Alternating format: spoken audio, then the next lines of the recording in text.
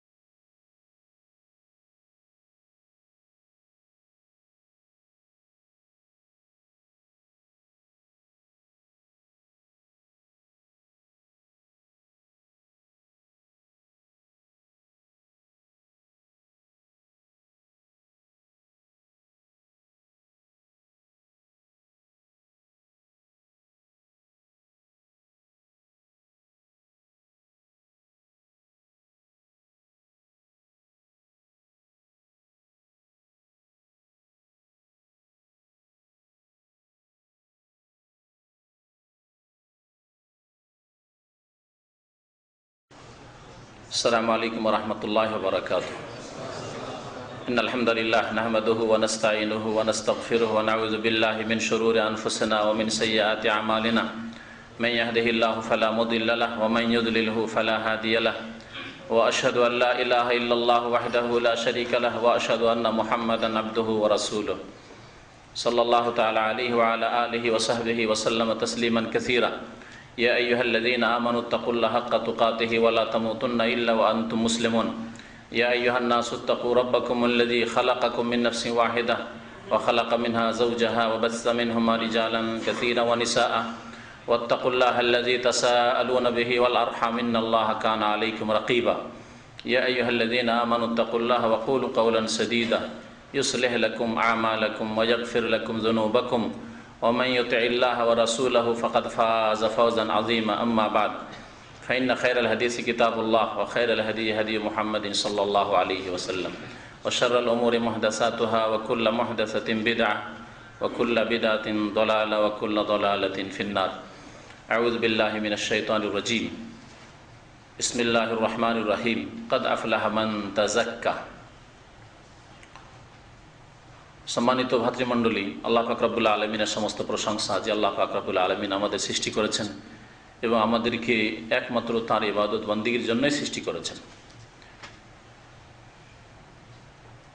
সালাত এবং সালাম নাজিল হোক নবী মুহাম্মদ রাসূলুল্লাহ সাল্লাল্লাহু আলাইহি ওয়াসাল্লামের প্রতি, যিনি সবচাইতে সুন্দর করে আল্লাহ পাকের ইবাদত করেছেন এবং সুন্দর ইবাদতের তরিকা আমাদেরকে শিখিয়েছেন।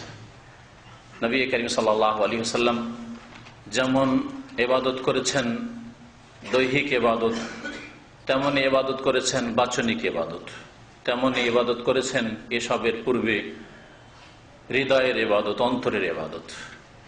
ইবাদত আপনার জীবনে এসব ক্ষেত্রে হইতে হবে। অন্তর দিয়ে ইবাদত করতে হবে। আপনার জবান দ্বারা আপনাকে আল্লাহ পাক যে বাকশক্তি দিয়েছেন তা দিয়ে ইবাদত বন্দেগী হইতে হবে। আপনাকে আল্লাহ অঙ্গ প্রত্যঙ্গ দিয়েছেন সেসব দিয়েও আপনার ইবাদত বন্দেগী হইতে হবে। তাহলে ইবাদত হচ্ছে ইবাদতে কলবি, হৃদয়ের ইবাদত। ইবাদত হচ্ছে ইবাদতে লিসানি, জবানের ইবাদত, বাচনিক ইবাদত। ইবাদত হচ্ছে ইবাদতে বাদানি বা দৈহিক ইবাদত, শারীরিক ইবাদত।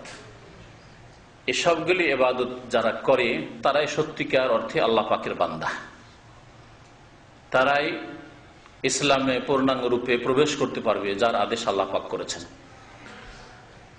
আমাদের ধারাবাহিক এই শুক্রবারে জুমার পরে যে তাফসির হয়, তাফসির শুনে অনেক সময় একই রকম শুনে অনেকে হয়তো নতুন কিছু শুনতে চান। তো অনেক ভাইয়ের পরামর্শ যে মাঝে মধ্যে বিষয়ভিত্তিক কোনো আলোচনা হলে ভালো। তো আজকে বিষয়ভিত্তিক একটা আলোচনা করব। তবে আলোচনার অধিকাংশ বিষয়গুলি হচ্ছে কোরআন কারীম থেকে। তো এটা এক ধরনের কোরআন কারীমের তাফসীর। কোরআন কারীমের প্রত্যেকটি পয়েন্টে দলিল পেশ করা হয়েছে কোরআন কারীম থেকে, যা পেশ করবো আপনাদের সামনে। আর কিছু সহিহ হাদিস রয়েছে।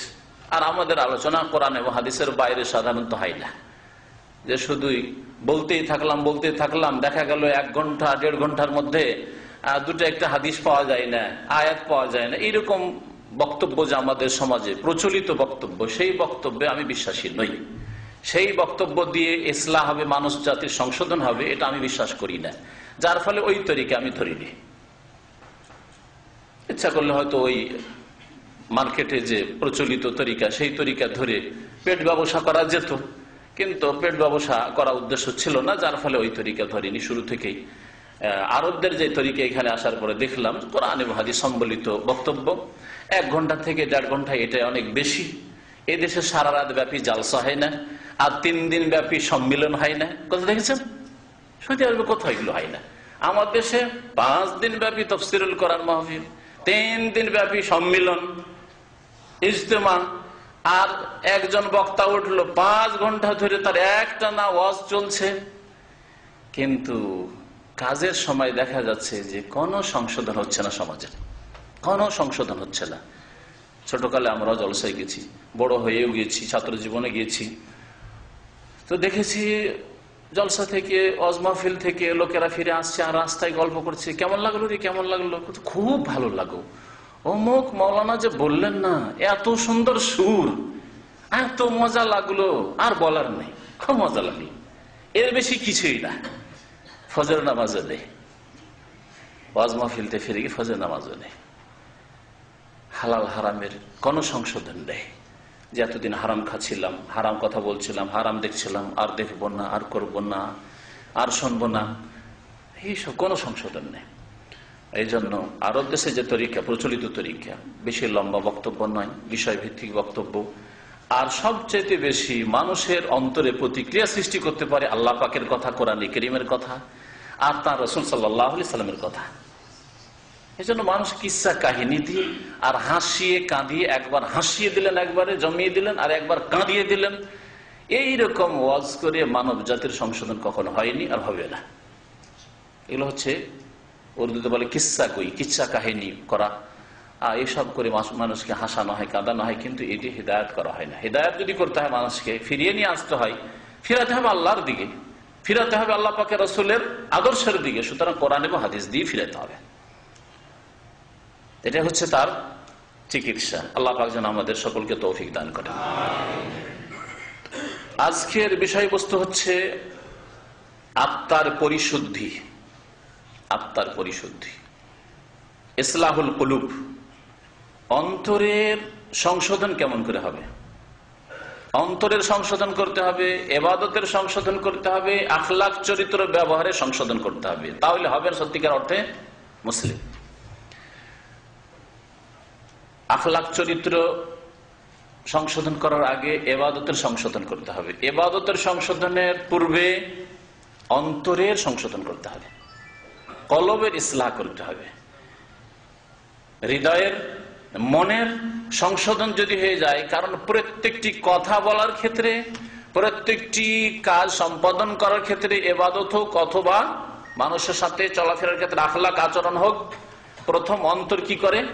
অন্তরে এই কথা আসে, যেটা বলবো, এটা করব, হ্যাঁ, এটা কথা অন্তরে আসে। তারপরে অন্তর জবানকে বলে, অঙ্গ প্রত্যঙ্গকে বলে যে তুই এই কাজগুলি কর।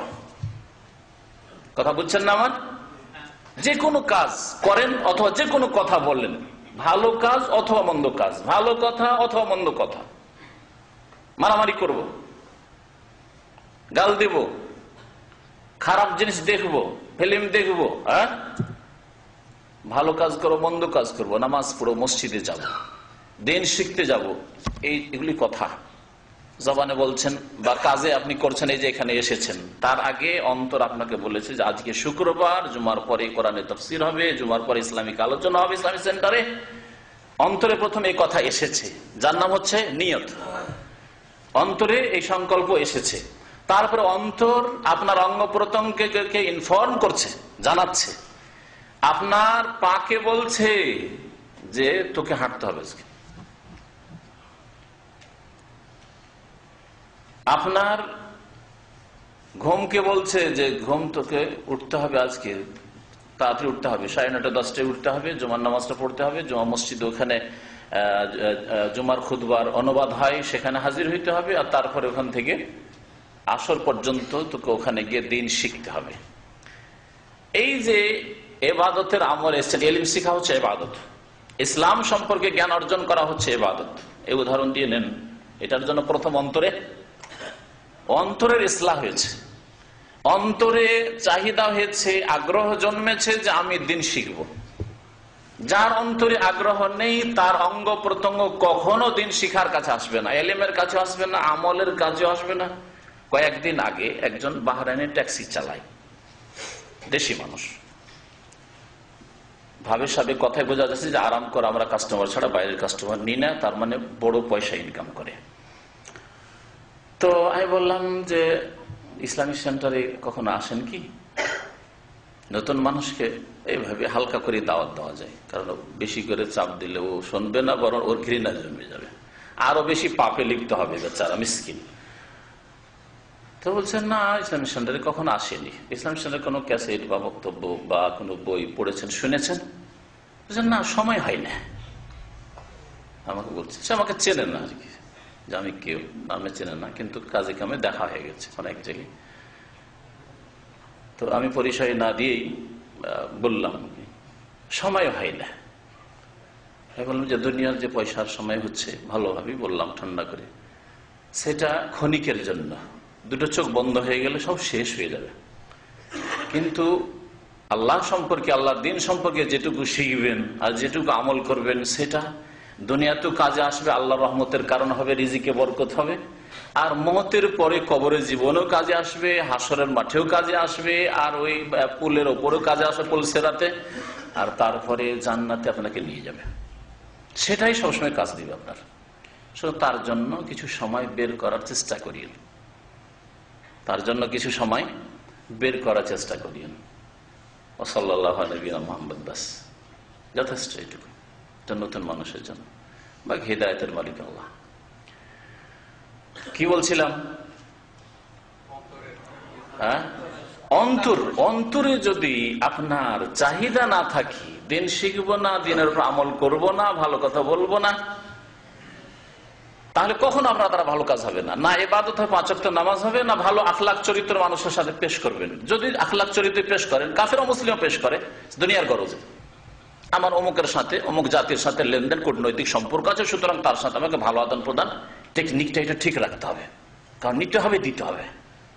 এই হচ্ছে দুনিয়ার সম্পর্ক, তাই না? লেনদেনের সম্পর্ক। যার সাথে লেনদেনের সম্পর্ক নাই, তোর কাছে পাবোই বা কি, তুই আমাকে দিবি বা কি, তোর সাথে ভালো ব্যবহার করে আমার লাভটাই বা কি। কিন্তু একজন মুসলিম তা করে না, আপনি তা করি না। আমি ভালো ব্যবহার করে আল্লাহর জন্য করি, ইবাদত করলে আল্লাহর জন্য করি, আপনাকে সালাম দিলে আল্লাহর জন্য করি, আপনার কাছে কিছু পাবো সেজন্য। আজকাল কিছু সালাম হয়েছে, সালাম দেওয়া মানে 5 রিয়াল চাইবে, মুমকিন 5 রিয়াল, এইরকম সালাম না জিন্দেগিতে সালাম দেবে না। এখানে এসে দেখলাম রাস্তায় অনেকে হাঁটছি, হঠাৎ করে সালাম, কি ব্যাপার সালাম, 5 রিয়াল, এটা 5 রিয়াল 2 রিয়ালের সালাম, ভিক্ষা চাওয়া সালাম। দুনিয়ার গরজে মানুষ কাজ করে। একজন মুসলিম সত্যিকার অর্থে মুসলিম হলে দুনিয়ার গরজে করে না। বলছিলাম যে অন্তরের যদি ইসলাহ হয়ে যায়, তাহলে ইবাদতের ইসলাহ হয়ে যাবে, সুন্দর ইবাদত হবে। অন্তরে যদি এই বিশ্বাস হয়ে যায় যে আমাকে একমাত্র আল্লাহ পাকের ইবাদত বন্দী করে জীবনযাপন করতে হবে এবং রাসূলের তরিকায় জীবনযাপন করতে হবে, এটা অন্তরে প্রথম মজবুত হতে হবে, তাহলে আপনার ইবাদত, আপনার নামাজ নবীর তরিকা হবে, আপনার হজ নবীর তরিকা হবে, অন্য কোনো তরিকা হবে না। কারণ অন্তরে এটাই বিশ্বাস যে আমার ইবাদত বন্দেগী আল্লাহর জন্য হবে এবং আল্লাহ যাকে রসুল করে পাঠিয়েছেন তার তরিকা অনুযায়ী হবে। তাহলে অন্তরের প্রথম ইসলাহ লাগবে জীবনের প্রতিটি ক্ষেত্রে। অন্তরের ইসলাহ সম্পর্কে মুসলিম জাতিতে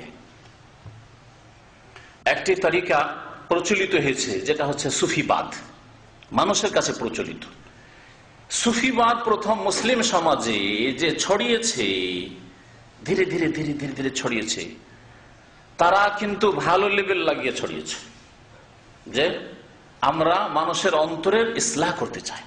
কারণ অন্তরের ইসলাহ না হলে, আমার কথাগুলি বলেছে, অন্তর ইসলাম না করলে ইবাদতের ইসলাম হবে না। অন্তরের ইসলাম না হলে কোরআন শিখবে না কেউ, অন্তরের ইসলাম না হলে কোরআনের প্রতি আমল করবে না, অন্তরের ইসলাম না হলে আখলাক চরিত্র ভালো হবে না। কথা খুব সুন্দর এবং কোরআন এবং হাদিস ভিত্তিক কথা। কিন্তু অন্তরের ইসলামের নাম দিয়ে যতগুলি সুফিবাদের টার্ম আছে, পরিভাষা আছে, সবগুলি বিদাতি টার্ম, বেদাতি পরিভাষা এবং বিভিন্ন অমুসলিমদের পন্থা থেকে নেওয়া। সেগুলি উদাহরণস্বরূপ শেষখানে বলবো, আর যদি আমার মনে না থাকে তো স্মরণ করিয়ে দেবেন যে ওদের বিদাতি পরিভাষাগুলি কি। অন্তরের ইসলাহ এটি হচ্ছে সর্বোত্তম ইবাদত। নামাজ, রোজা, হজ, যাকাত, আখলাক, চরিত্র ভালো গঠন করা, এই সমস্ত চাইতে সর্বোত্তম ইবাদত হচ্ছে অন্তরের ইবাদত, ইবাদতুল কুলুব।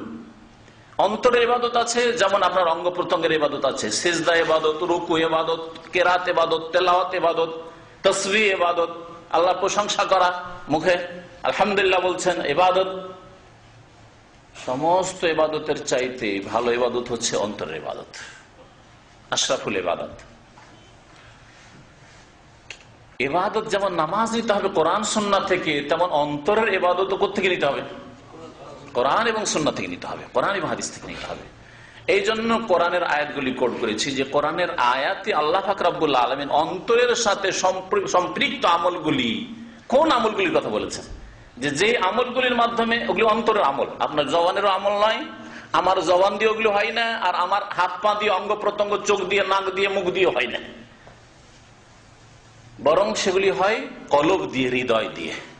ওই ইবাদতগুলি কি কি আমি বেশ কিছু প্রায় 20টার মতো বা তারও বেশি নোট করেছি, যে ইবাদতগুলি আল্লাহ পাক রব্বুল আলামিন কোরআনে কারিমে উল্লেখ করেছেন, আর সেগুলি সবগুলি ইবাদত অন্তর দিয়ে সম্পাদিত হয়, কলব দিয়ে সম্পাদিত হয়। সেই মোতাবেক আমাকে আপনাকে প্রত্যেক মুসলিমকে অন্তরের ইসলাহ করতে হবে, সংশোধন করতে হবে। নবী করিম সাল্লাল্লাহু আলাইহি ওয়াসাল্লামের সহিহ বুখারী মুসলিমের হাদিস, আলা ওয়া ইন্না ফিল জাসাদি মুযগাতান, শুনে রাখো যে দেহে, শরীরে একটি গোশতের পিণ্ড আছে, গোশতের টুকরো আছে। মুযগা বলেছেন, মুযগা মানে গোশতের পিণ্ড। আল্লাহ পাক মানুষের সৃষ্টির ক্ষেত্রে বলেছেন যে মানুষের সৃষ্টির এমন একটা স্তর আছে, সেই স্তরে গিয়ে নুতফা থেকে আলাকা হয়, আলাকা থেকে মুযগা হয়, মুযগার পরে ফাকাসাউন আল ইজামা লাহমান, লাহাম হয়, আর লাহামে হাড্ডি আল্লাহ তৈরি করে। সুম্মা আনশানাহু খালকান আখার ফাতাবারাকাল্লাহু আহসানুল খালিক। নুতফা মানে কি? বীর্য। বীর্য একটা স্তরে প্রত্যেকে বীর্য ছিল আমাদের। তারপরে কি হয়েছে? আলাকা হয়েছে, মানে জমাট বাঁধা রক্ত হয়েছে, জমাট বাঁধা রক্ত। আলাকা মানে জমাট বাঁধা রক্ত। তারপরে সে আলাকাটা রূপান্তরিত হয়েছে কিসে? মুযগাতে, মানে গোশতের টুকরোতে, গোশতের পিণ্ডে একটা গোশতের টুকরো হয়েছে। তারপরে সেটা লাহাম হইল। আল্লাহ পাক রব্বুল তাতে নকশা দিলেন, মানুষের মাথা থেকে পা পর্যন্ত নকশা যা লাগে, অঙ্গ প্রত্যঙ্গের নকশা। আর ওর মধ্যে ফাকাসাউন আল ইজাম আল লাহমান, আল্লাহ বলছেন এই যে হাড় হাড্ডি ভিতরে দিলেন, আর হাড় হাড্ডি দিয়ে তার উপরে আল্লাহ পাক রব্বুল আলামিন ধীরে ধীরে ধীরে ধীরে ধীরে গোশত বাড়তে শুরু হইল। সুম্মা আনশানাহু খালকান আখার, আর এক সুন্দর সৃষ্টি করে দুনিয়াতে ভূমিষ্ঠ হলেন আপনি, আমি। দুনিয়াতে আল্লাহ পাক পাঠিয়ে দিলেন। ফাতাবারাকাল্লাহ, আল্লাহ পাক বড়ই বরকতময়, আহসানুল খালিকিন, আর সর্বোত্তম সৃষ্টিকারী। যতই কেউ সুন্দর আর্টিস্ট হোক না কেন, আর ছবি অঙ্কনকারী হোক না কেন, আহসানুল খালিকিন আল্লাহ রাব্বুল আলামিন। আত্মা তো কেউ দিতেই পারে না, প্রাণ তো কেউ দিতেই পারে না। ছবি অঙ্কন করতে পারে কিন্তু আল্লাহর মতো অঙ্কন করতে পারে না। সুবহানাল্লাহ। আল মুসাউবির, আল্লাহ পাক রব্বুল আলামিনকে বলা হয়েছে উত্তম ছবি অঙ্কনকারী। তো অন্তরের ইসলাহর কথা শুনেন। অন্তরের ইসলাহ সম্পর্কে প্রথম যে বিষয়টি আমাদের অন্তরে মজবুত হইতে হবে অন্তরের সংশোধনের জন্য, সেটা হচ্ছে ঈমান বিল্লাহ, আল্লাহর প্রতি বিশ্বাস। ঈমান মানে হচ্ছে বিশ্বাস। ঈমান মানে শাব্দিক অর্থ আল ঈমান ও তাসদীক। ঈমান মানে বিশ্বাস। হাদিসটা পুরো বলা হয়নি মনে হয়, গোশতের টুকরো, তাই না? শেষ করি। শরীরে মানুষের গোশতের একটা পিণ্ড আছে, এজা সালোহাত, নবী সাল্লাল্লাহু আলাইহি ওয়াসাল্লাম বলছে এজা সালোহাত, যখন সেটা সুন্দর হয়ে যাবে, সুষ্ঠুভাবে পরিচালিত হবে, ঠিক সোজা পথে চলবে, সালুহাল জাসাদু কুল্লুহু, তাহলে তার পুরো দেহটা কি হবে? সুস্থ থাকবে, সুন্দর থাকবে, সুন্দরভাবে চলবে। শরীরের ওই গোশতের পিণ্ড যদি সুষ্ঠুভাবে পরিচালিত হয় তাহলে গোটা শরীর, আল জাসাদু কুল্লুহু, গোটা শরীর, গোটা দেহটা সুন্দরভাবে সুষ্ঠুভাবে পরিচালিত হবে। ওয়াইদা ফাসাদা ফাসাদাল জাসাদু কুল্লুহু, আর যদি ওই শরীরের ওই একটি গোশতের টুকরো, গোশতের পিণ্ড যদি কি হয়ে যায়? নষ্ট হয়ে যায়। ফাসাদা, ফাসাদা মানে সরে যাওয়া, ফাসাদা মানে বিপর্যয় সৃষ্টি হয়ে যাওয়া, ফাসাদা মানে বিগড়ে যাওয়া। বিগড়ে যাওয়া বলেন কি আপনারা? বিগাড় ধরে নেওয়া, উর্দু শব্দ অনেক কেউ বাংলায় ব্যবহার করে থাকে। ফাসাদা,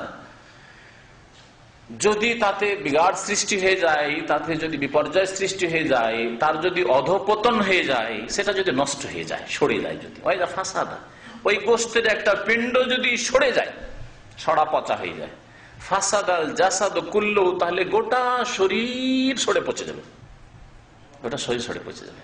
আলা, শোনো, সাবধান, মনে রাখো। আলা মানে ওয়াহিয়াল কালব, সেটা হচ্ছে কলব, হৃদয়, হার্ট, সেটা হচ্ছে হার্ট। এই হার্টের জন্য, এই হৃদয়ের জন্য তার যত্ন করার জন্য, যাতে করে হার্ট ফেল না হয়, হার্টে যে শিরা উপশিরাগুলি রক্ত নিয়ে যাচ্ছে সেগুলি বন্ধ না হয়ে যায়, এর জন্য লাখ লাখ টাকা খরচ করছে মানুষ। এর জন্য কোলেস্টেরল কন্ট্রোলে রাখা, এর জন্য প্রেসার কন্ট্রোলে রাখা, তাই না? যুগ যুগ ধরে আমি জানি এমন ভাইকে যে 25-30 বছর বয়সেই সে প্রেসারের ওষুধ খাওয়া শুরু করেছে, কোলেস্টেরল ওষুধ খাওয়া শুরু করেছে। কি জন্য?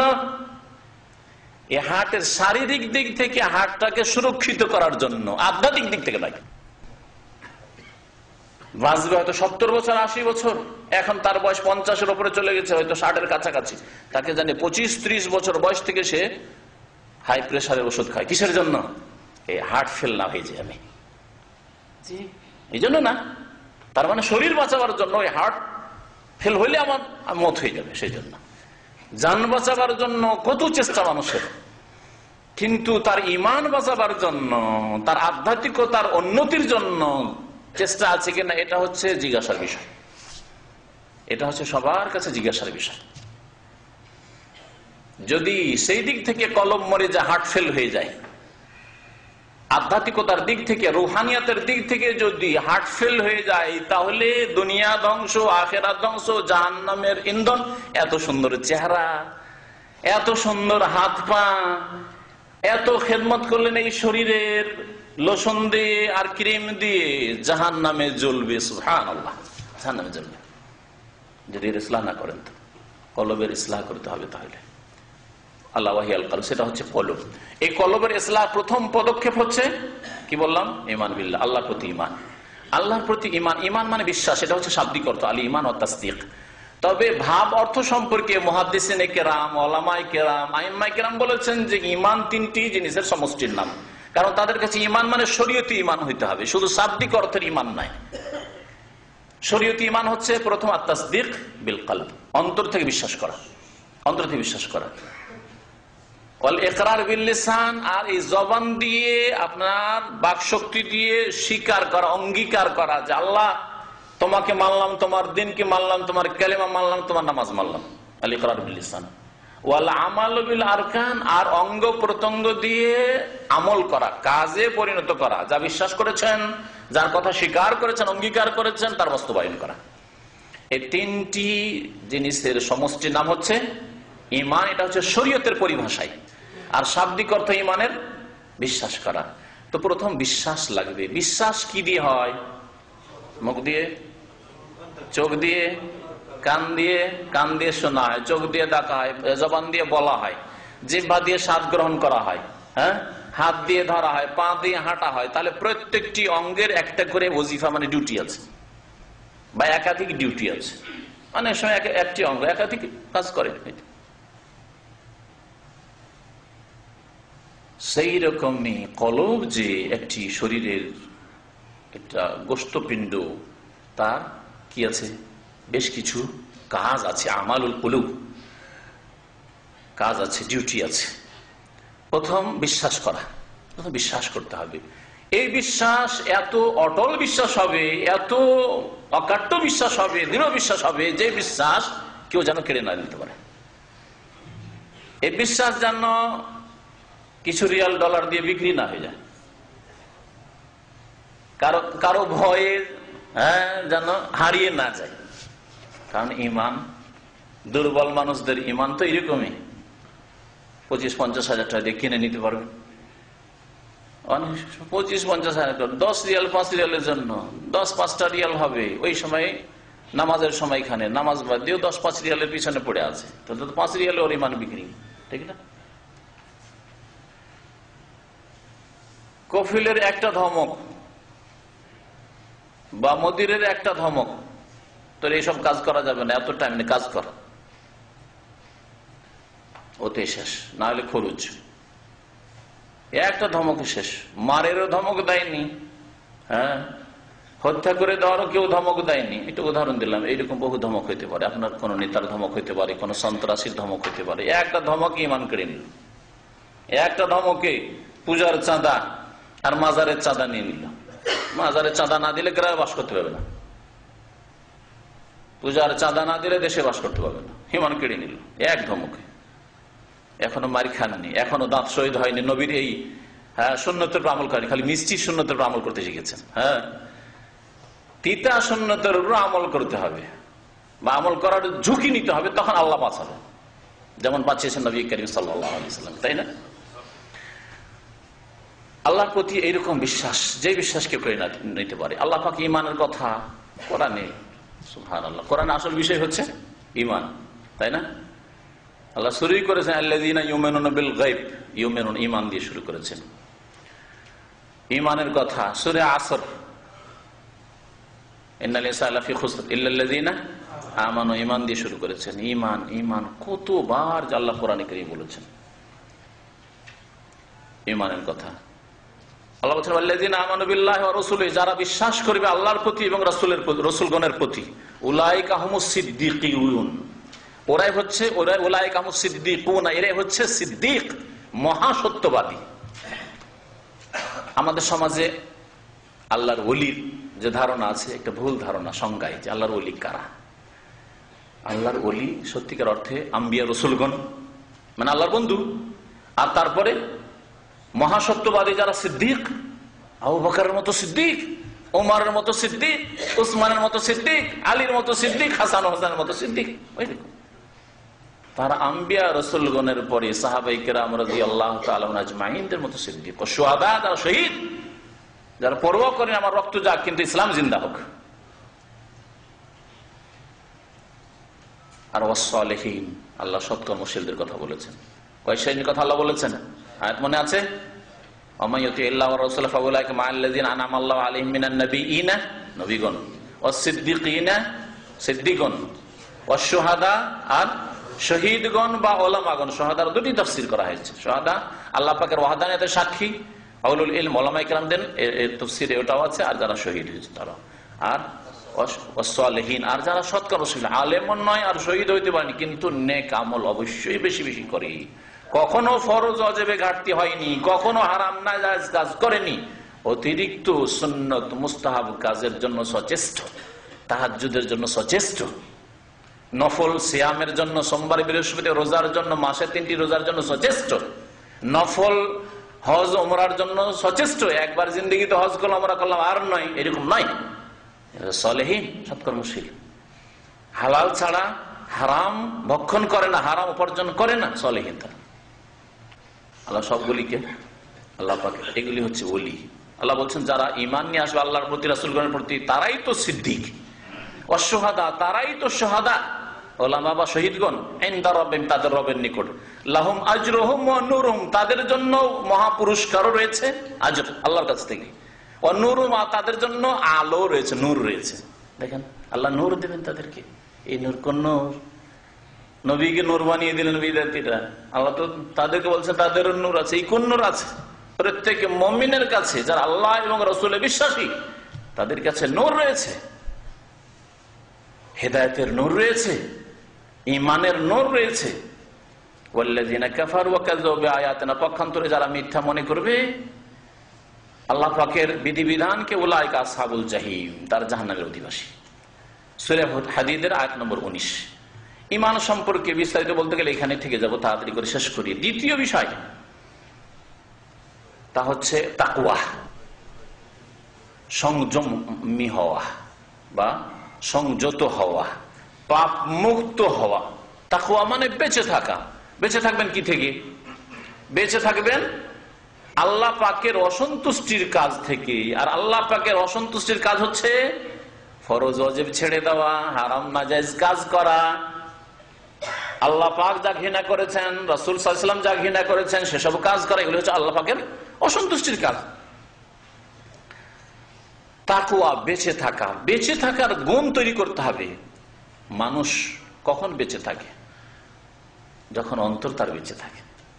অন্তর যদি গুনাহ থেকে বেঁচে না থাকে, যার অন্তর হয় পাপিষ্ট, তার অঙ্গ প্রত্যঙ্গ মাথা থেকে পা পর্যন্ত, চোখ, নাক, হাত, পা সবগুলি পাপিষ্ট হবে।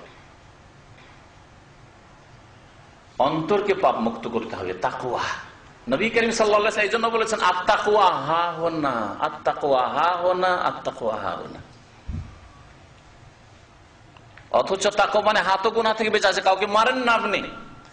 জবান গুনাহ থেকে বেঁচে আছে, কারো গীবত করেন না, চুগলখড়ি করেন না, মিথ্যা কথা বলেন না, তাই না?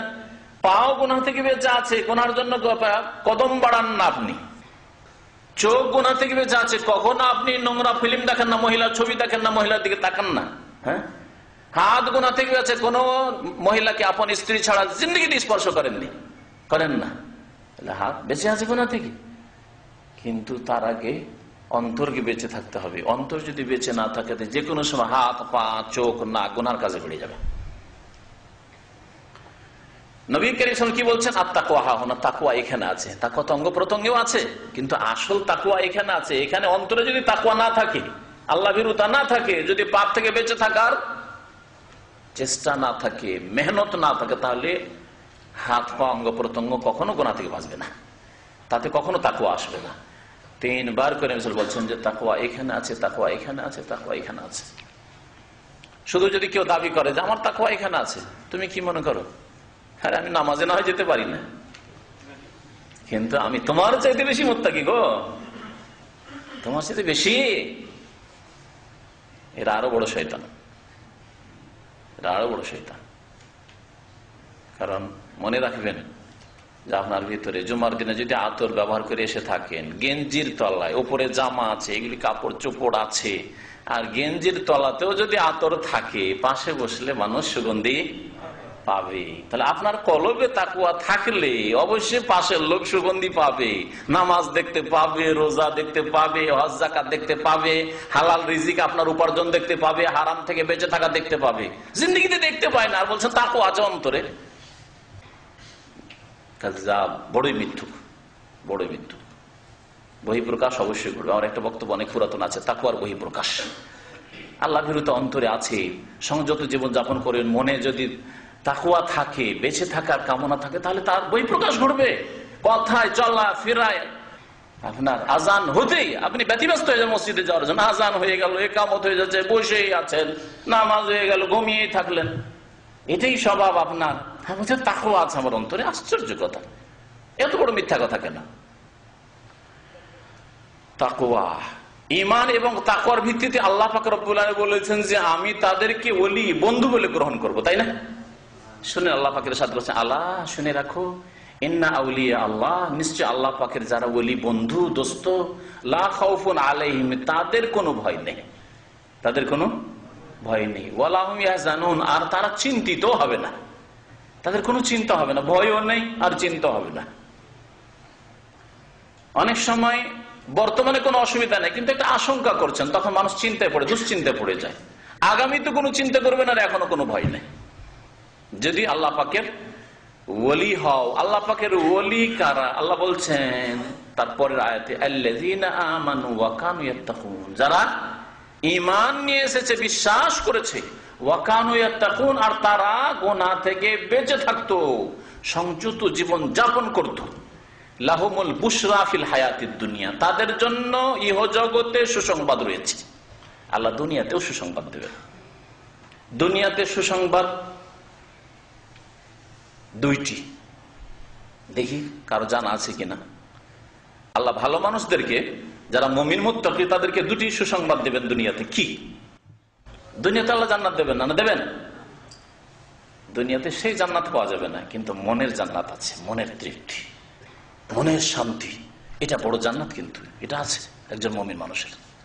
যতই বালা মুসিবতে থাক, মনের দিক থেকে মনোবল খুব মজবুত আছে। মনোবল কখন হারিয়ে ফেলেন একজন মুমিন মানুষ।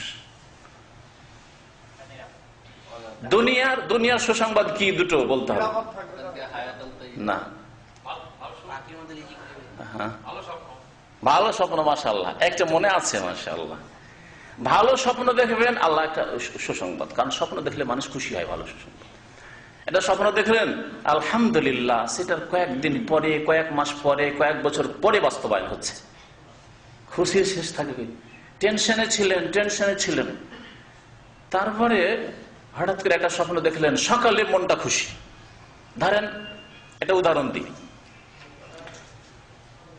কোন শত্রু আপনাকে হুমকি দিয়েছে, মারবো, ধরবো, আর তারপর রাত্রে স্বপ্ন দেখছেন যে একটা সাপ আসলো, আর সাপ আসার পরে সামনে যেন দংশন দিতে আসছে, দিলাম তাকে একটা মার, সাথে সাথে ওকে একবার ছিন্ন ভিন্ন করে মেরে ফেলে দিলাম। বলে সকালবেলা একজন ভালো মুমিন খুশি হবে না? হবে না? খুশি হবে যে এই শত্রু সাপ আমার ক্ষতি করতে পারবে না, সে নিজে ধ্বংস হবে। একটা উদাহরণ দিলে এরকম বহু উদাহরণ হইতে পারে, বহু উদাহরণ হইতে পারে। আল্লাহ পাক রব্বুল আলামিন বুশরা, সুসংবাদ রেখেছেন নেক লোকদের জন্য। আর রুইয়া সালেহা ইয়ারাহাল মুসলিম আও তুরালাহু, সহিহ বুখারী হাদিস আছে। নিজে মুসলিম দেখে নিজের জন্য, অথবা তার সম্পর্কে অন্য ভাইরা দেখে। আপনি দিনের কাজ করছেন, গ্রামের লোক শিরক বিদআত করে আপনার বিরুদ্ধে একেবারে সোচ্চার হয়ে উঠে পড়ে লেগেছে। সেই সময় আপনি দেখছেন যে মাশাআল্লাহ, আমি অনেক উঁচাতে, আর আপনি এত উঁচাতে চলে গেছেন, এটা ভাবতে পারেন না। উঁচু জায়গায়, যেন কোন একটা উঁচু জায়গা। আপনি সকালবেলা খুশি হবেন না? হবেন না? হ্যাঁ, আপনার এই দাওয়াত, যে দাওয়াত দিয়েছিলেন, তাতে হয়তো পিছপা হইতে যাচ্ছিলেন, যে চুপ হয়ে যাবো, থাক আর বলবো না, কারণ সবাই বিরোধী হয়ে গেল, কিছু বলবো না, থাক, যেমন সমাজ তেমনই চলি। সকালবেলা মানে এত মজবুত হয়ে গেল যে না রে, ছাড়বো না কাজ। আজকে হয়তো আমি এদের কাছে নির্যাতিত, কালকে আল্লাহ উপরে আমাকে উঠাবেন। এরকম স্বপ্ন দেখলে আপনার ঈমান মজবুত হবে না? লাহুমুল বুশরা ফিল হায়াতিদ দুনিয়া, এরকম বহু স্বপ্ন আছে। স্বপ্ন মানে আপনার শরীয়তের দলিল নাই, কিন্তু এটা হচ্ছে সুসংবাদ মুমিনদের জন্য। কিন্তু এর পিছনে এত বেশি পড়বেন না যে কোনো স্বপ্ন দেখবেন পেরেশান হয়ে যাবেন, না, এরকম না। কারণ অনেকে দেখেছে মা মারা গেছে, আর পেরেশান হয়ে কান্নাকাটি সকালে শুরু করে দিয়েছে। হ্যাঁ, না, এরকম না। যে কোনো স্বপ্নের পিছনে পড়বেন না। ভালো স্বপ্ন দেখলে খুশি হবেন, আল্লাহ পাকের শুকরিয়া আদায় করবেন। যদি অপ্রীতিকর স্বপ্ন দেখেন, তাহলে ওয়ালা ইউহাদ্দিস বিহি ইল্লা হাবিবান আও লাবিবান, নবী সাল্লাল্লাহু আলাইহি ওয়াসাল্লাম বলেছেন। জ্ঞানী গুণী লোককে বলো, তাহলে ভালো তাবির, ভালো বিবরণ পাবে হয়তো। আর না হলে আপনজনকে, প্রিয়জনকে বলো যে তোমার জন্য খারাপ ব্যাখ্যা করবে না, আর সেটা আর কোনো অপব্যাখ্যা করবে না। প্রিয় মানুষকে বলো, আর না হলে বলিয়া লুকিয়ে রাখো। যাই হোক, স্বপ্নের পিছনে বেশি আর পড়ছি না। 2 নম্বর সুসংবাদ,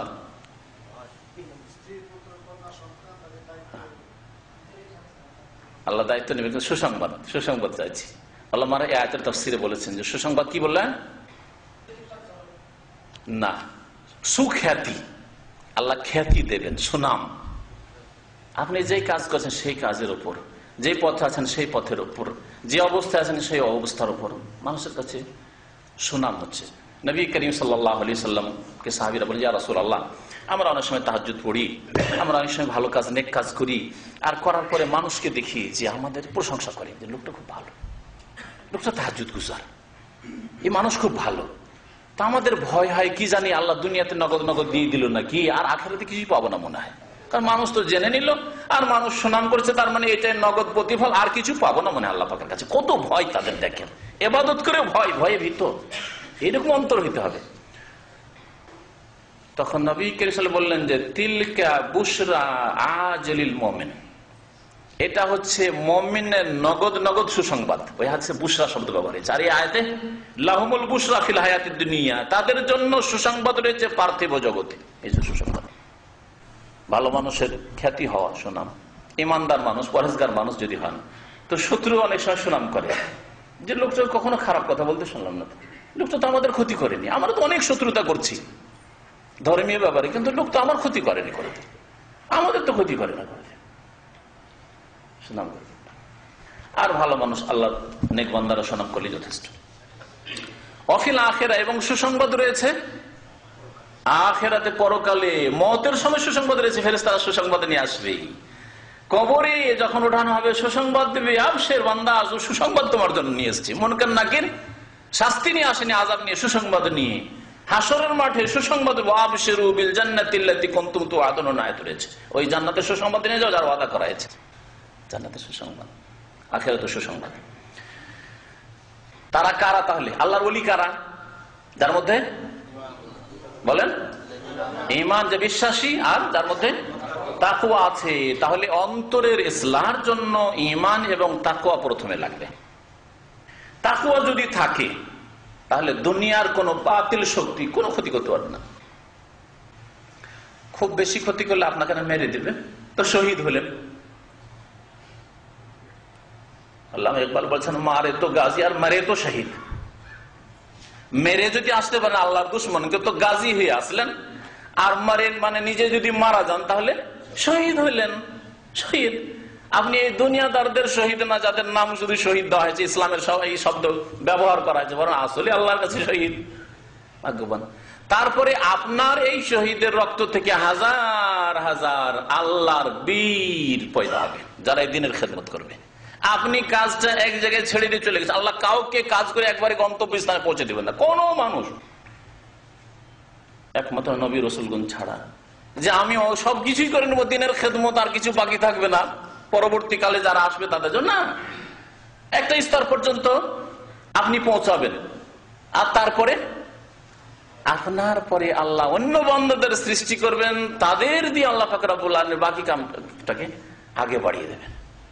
আল্লাহর দিনের কাজ এভাবে কিয়ামত পর্যন্ত চলতে থাকবে। কেউ কখনো ভাববেন না যে আমরা চলে গেলে, অমুক চলে গেলে, তমুক চলে গেলে আর ইসলামের কাজ হবে না। ইসলামের কাজ আল্লাহর নেক বান্দাদেরকে দিয়ে হতে থাকে। তাকওয়া যদি থাকে, আল্লাহ পাক রব্বুল আলামিন ইরশাদ করেছেন, আয়াত যেটা বললাম সুসংবাদের আয়াত, সেই আয়াত হচ্ছে সূরা ইউনূসের আয়াত, তাই না? সূরা ইউনূসের আয়াত নম্বর 62-63। আল্লাহ পাক ইরশাদ করেছেন সূরা আলে ইমরানের 120 নম্বর আয়াতে, ওয়া ইন তাসবিরু ওয়া তাত্তাকু লা ইয়াদুররুকুম কাইদুহুম শাইআ। তোমরা যদি ধৈর্য ধারণ করো এবং তাত্তাকু, বেঁচে থাকো গুনাহ থেকে, অন্তরে যদি তাকওয়া সৃষ্টি করতে পারেন, লা ইয়াদুররুকুম কাইদুহুম শাইআ, মানুষের শত্রুদের কোন চক্রান্ত, কোন ষড়যন্ত্র তোমাদের কোন রকম ক্ষতি করতে পারবে না, কোনো ক্ষতি হবে না, এর দ্বারা তোমাদের কোনো ক্ষতি হবে না।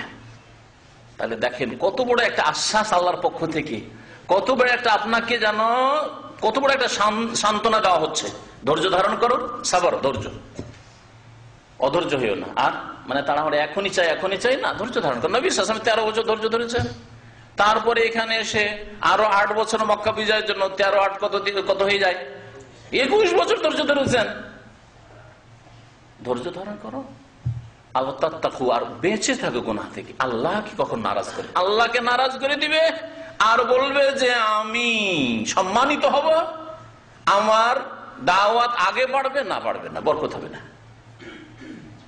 সবর এবং তাকওয়া অর্জন করো, লা ইয়াদুররুকুম কাইদুহুম শাইআ, তারা কোনো ক্ষতি করতে পারবে না তোমাদের। আল্লাহ নিশ্চয়তা দান করেছেন। আল্লাহ আরো বলেছেন তাকওয়া সম্পর্কে, ইয়াত্তাকিল্লাহ ইয়াজআল লাহু মাখরাজা, যে ব্যক্তি আল্লাহকে ভয় করবে, তাকওয়া অর্জন করবে, আল্লাহ তার জন্য রাস্তা বের করে দিবেন। কোন বালা মুসিবতে আপনি চিন্তা করবেন, রাস্তা বের করে দিবেন আল্লাহ। যেমন মূসা আলাইহিস সালামের জন্য আল্লাহ সমুদ্রের রাস্তা বের করে দিয়েছেন, তাই না? নবী করিম সাল্লাল্লাহু আলাইহি সাল্লামের জন্য বাড়ি ঘেরাও করে, বাড়ির দরজায় ঘেরাও করে অনেক কাফের কুরাইশরা বসে আছে, অন্ধ করে দিলেন আল্লাহ পাক তাদেরকে। আর নবী সাল্লাল্লাহু আলাইহি সাল্লাম ওখান থেকে ওদের সামনে থেকে বের করে নিয়ে চলে গেলেন সৌর পাহাড়ের গুহায়। চারিদিকে ঘুরছে, দেখতেই পাচ্ছে না। লা ইয়াদুররুকুম কাইদুহুম শাইআ, রাস্তা বের করে দিবেন। ইয়াত্তাকিল্লাহ ইয়াজআল লাহু মাখরাজা, রাস্তা বের করে দিবেন। ওয়া ইয়ারযুকুহু মিন হাইসু লা ইয়াহতাসিব, কল্পনাও করতে পারেনি যে এখান থেকে আমার রিজিক হাসিল হবে, আমি এখানে পৌঁছিতে পারবো, আমি বিদেশে আসতে পারবো, আমি সুখী হতে পারবো, আমার ছেলে মেয়ে সৎ হবে, নেক হবে, ভাবতে পারেনি। বাবা কোনো ইসলামের শিক্ষা দেয়নি। আমি এই শিরক বিদআত থেকে বেরিয়ে এসে তাওহীদ প্রতিষ্ঠা করতে পারবো, কল্পনা করতে পারেননি। শিরক বিদআতের মধ্যে জন্ম নিয়েছেন আপনি। এমন জায়গা থেকে রিজিক দেবেন যে কল্পনা করতে পারেন। আল্লাহ বলেছেন, আর আল্লাহ মিন আমরিহি ইউসরা, যারা তাকওয়া অর্জন করবে আল্লাহ তাদের কাজকে সহজ করে দেবেন। কাজ সহজ হয়ে গেলে তো হইল, সব কাজই সহজ। আবার বিদেশ আসা সহজ, দেশে ছুটি যাওয়া সহজ, হ্যাঁ, আপনার শারীরিক অবস্থায় এলাজ চিকিৎসা সহজ, যদি জটিল হয়ে যায়, অসুস্থ হয়েছে আর জটিল, কত বড় মুসিবতে পড়লেন, কিন্তু সহজ। আল্লাহ বলছেন আল্লাহ মিন আমরিহি ইউসরা, আল্লাহ তার কাজগুলিকে সহজ করে দেবেন যেই ব্যক্তি তাকওয়া অর্জন করবে, বেঁচে থাকবে। ওমাইয়াত্তাকিল্লাহ, আর যেই ব্যক্তি বেঁচে থাকবে গুনাহ থেকে, তাকওয়া অর্জন করবে অন্তরে, ইউকাফির আনহু সাইয়্যাতি, তার গুনাহগুলিকে আল্লাহ মাফ করে দেবেন, গুনাহ রাখবেন না। ওয়া ইউযিম লাহু আজরা, আর মহা পুরস্কার আল্লাহ পাক রব্বুল আলামিন দেবেন। ঈমান তাকওয়ার পরে তৃতীয় বিষয় যেটি বলবো, কোরআনী আধ্যাত্মিকতা। কোরআনে কারীমের আলোকে রুহানিয়াত ইসলাহ করা, অন্তরের ইসলাহ করা, তা হচ্ছে ইহসান। তা হচ্ছে ইহসান আল্লাহর সাথে হয়, আল্লাহর দ্বীনের সাথে হয়, আর ইহসান আল্লাহর বান্দাদের সাথে হয়। দুই অর্থে ইহসান কোরআন হাদিসে ব্যবহৃত হয়েছে। আল্লাহর সাথে ইহসান, তার কথা নবী সাল্লাল্লাহু আলাইহি ওয়াসাল্লামের হাদিসে রয়েছে। আল্লাহ পাকের ইবাদত বন্দেগীতে ইহসান, আল্লাহ পাকের প্রতি ঈমানে ইহসান, অন্তরে ইহসান তৈরি করা। আর আল্লাহর সৃষ্টির সাথে ইহসান হচ্ছে সদ্ব্যবহার করা, সদাচরণ করা।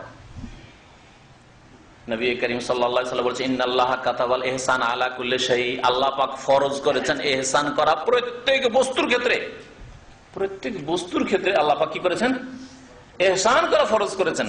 ফাইদা কাতালতুম, যদি হত্যা করতে হয় কোন পশুকে, ফাহসিনুল কিতলাতা, তো হত্যা করবে ভালোভাবে, ধারালো অস্ত্র দিয়ে, ভোঁতা অস্ত্র দিয়ে না, কষ্ট দিয়ে না, লাঠি দিয়ে পিটিয়ে পিটিয়ে মারিও না, ধারালো অস্ত্র দিয়ে জবাই করো। ওয়াইদা যাবাতুম, যদি জবাই করো, ফাহসিনুল যিবহাতা, ভালোভাবে জবাই করো। ওয়ালিয়াহিদ্দা আহাদুকুম শিফরাতাহু, যেন ছোরা বা ছুরিকে ধারালো বানিয়ে নাই। ওয়ালিয়ারিহ যাবিহাতাহু, যেই পশুকে জবাই করেছো তাকে যেন আরাম দেয়, আরাম দিবে।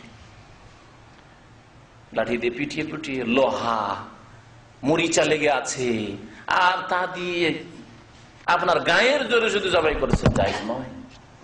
ইহসান করলেন না, আপনি খারাপ ব্যবহার করলেন। এই জন্য আগুনে জ্বালাতে নিষেধ করেছে। আগুনে জ্বালিয়ে কোনো কষ্টদায়ক প্রাণীকে আগুনে জ্বালিয়ে মারা হারাম। এটা হচ্ছে খারাপ ব্যবহার করে, ইহসান করা নাই। তবে কষ্টদায়ক জীবজন্তু মারা যায়, কিন্তু মারার মতো করে মারতে হবে। চোখ নাক কাটা, চোখ তুলে নেওয়া, এসব করা জায়েজ নয়। তো ইহসান আল্লাহর সৃষ্টির সাথে, এমনকি আপনার খাবারের সাথে ইহসান। খাবারের সাথে ইহসান হচ্ছে যে যতটা খেতে পারবেন ততটা খান, নষ্ট করিয়েন না। অর্ধেক খেলে অর্ধেক ফেলে দিলেন, খাচ্ছেন আবার কিছু জুটো লাগিয়ে রেখে দিলেন, এদিক সেদিক ফেলে রেখে দিলেন, ফেলিয়েন। ভাত পড়ে গেছে, দু চারটা উঠিয়ে নেন, খেয়ে নেন। যেটা লাগবে না সেটা নষ্ট না করে আরো গরিবরা আছে আশেপাশে, তাদেরকে দিয়ে দেন। এটা হচ্ছে খাবার, খাদ্যদ্রব্যের সাথে, খাদ্য বস্তুর সাথে ইহসান করা। গাছপালার সাথে ইহসান, গাছ যেটা কেটে কাজে লাগবে সেটা কাটেন। লিচুর ফল, আম, এখন কোন কাজে আচারও করা যাবে না, আর আম পারছেন, তাহলে ইহসান করলেন না আমের সাথে, আপনি ফলের সাথে, কিন্তু সেটা কাজে লাগবে। ওই অবস্থা আপনি গাছের ফল পড়েন, যে সেটা আপনি ইহসান করলেন সেই ফলের সাথে। এইভাবে আলা কুল্লি শাই, প্রত্যেক বস্তুর সাথে ইহসান আল্লাহ করতে বলেছেন। আল্লাহ পাকের ইবাদত বন্দেগীতে ইহসান। আল্লাহ পাকের ইবাদত বন্দেগীতে ইহসান সম্পর্কে নবী করিম সাল্লাল্লাহু আলাইহি ওয়াসাল্লামের প্রসিদ্ধ হাদিস সহিহ মুসলিমে রয়েছে। হাদিসটিকে জিবরাইলের হাদিস বলা হয়, কারণ জিবরাইল আলাইহিস সালাম এসে নবী করিম সাল্লাল্লাহু আলাইহি ওয়াসাল্লামকে কয়েকটি প্রশ্ন করেছিলেন। তার একটি প্রশ্ন ছিল, প্রথম প্রশ্ন ছিল ইসলাম সম্পর্কে, তারপরে ঈমান সম্পর্কে, ঈমানের সংজ্ঞা, ইসলামের সংজ্ঞা, তারপরে ইহসান সম্পর্কে, কিয়ামত সম্পর্কে কখন হবে, কিয়ামতের লক্ষণ সম্পর্কে।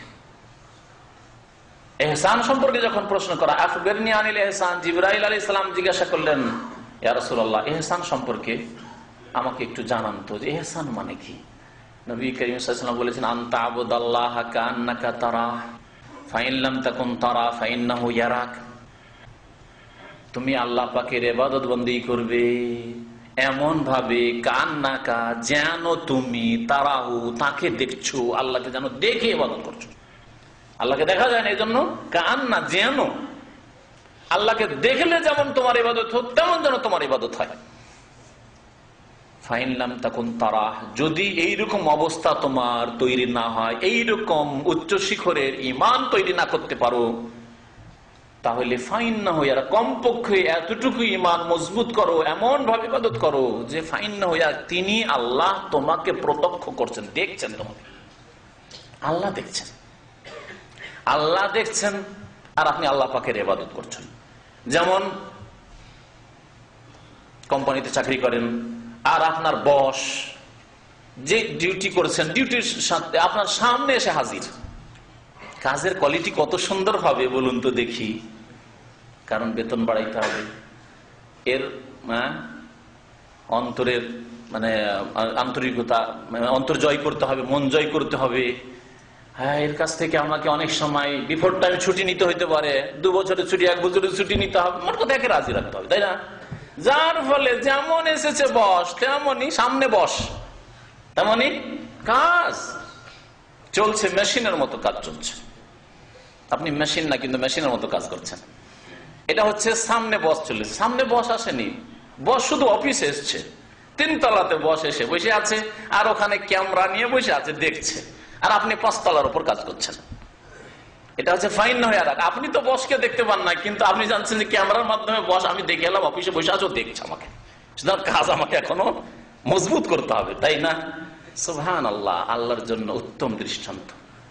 আল্লাহ পাকের যদি এইরকম ইবাদত বন্দেগী মানে নামাজ না, কারণ আমাদের দেশের ওয়াইজ বক্তাদেরকে বলতে শুনেছি, হাদিস পড়ে এটা আর তর্জমা করে, তোমরা নামাজ পড়বে এমন ভাবে জানো আল্লাহকে দেখছো, শুরু করে বলে ভাইরা আমার, নামাজ পড়বেন এমন ভাবে যেন আল্লাহ দেখছেন, আর না হলে কমপক্ষে নামাজ এমন ভাবে পড়বেন আল্লাহকে দেখছেন। প্রথমটা হচ্ছে আল্লাহকে দেখছেন, আর যদি তাই না হয় তাহলে হ্যাঁ আল্লাহ দেখছেন না। নামাজের কথা বলেননি নবী করিম, কি বলছেন?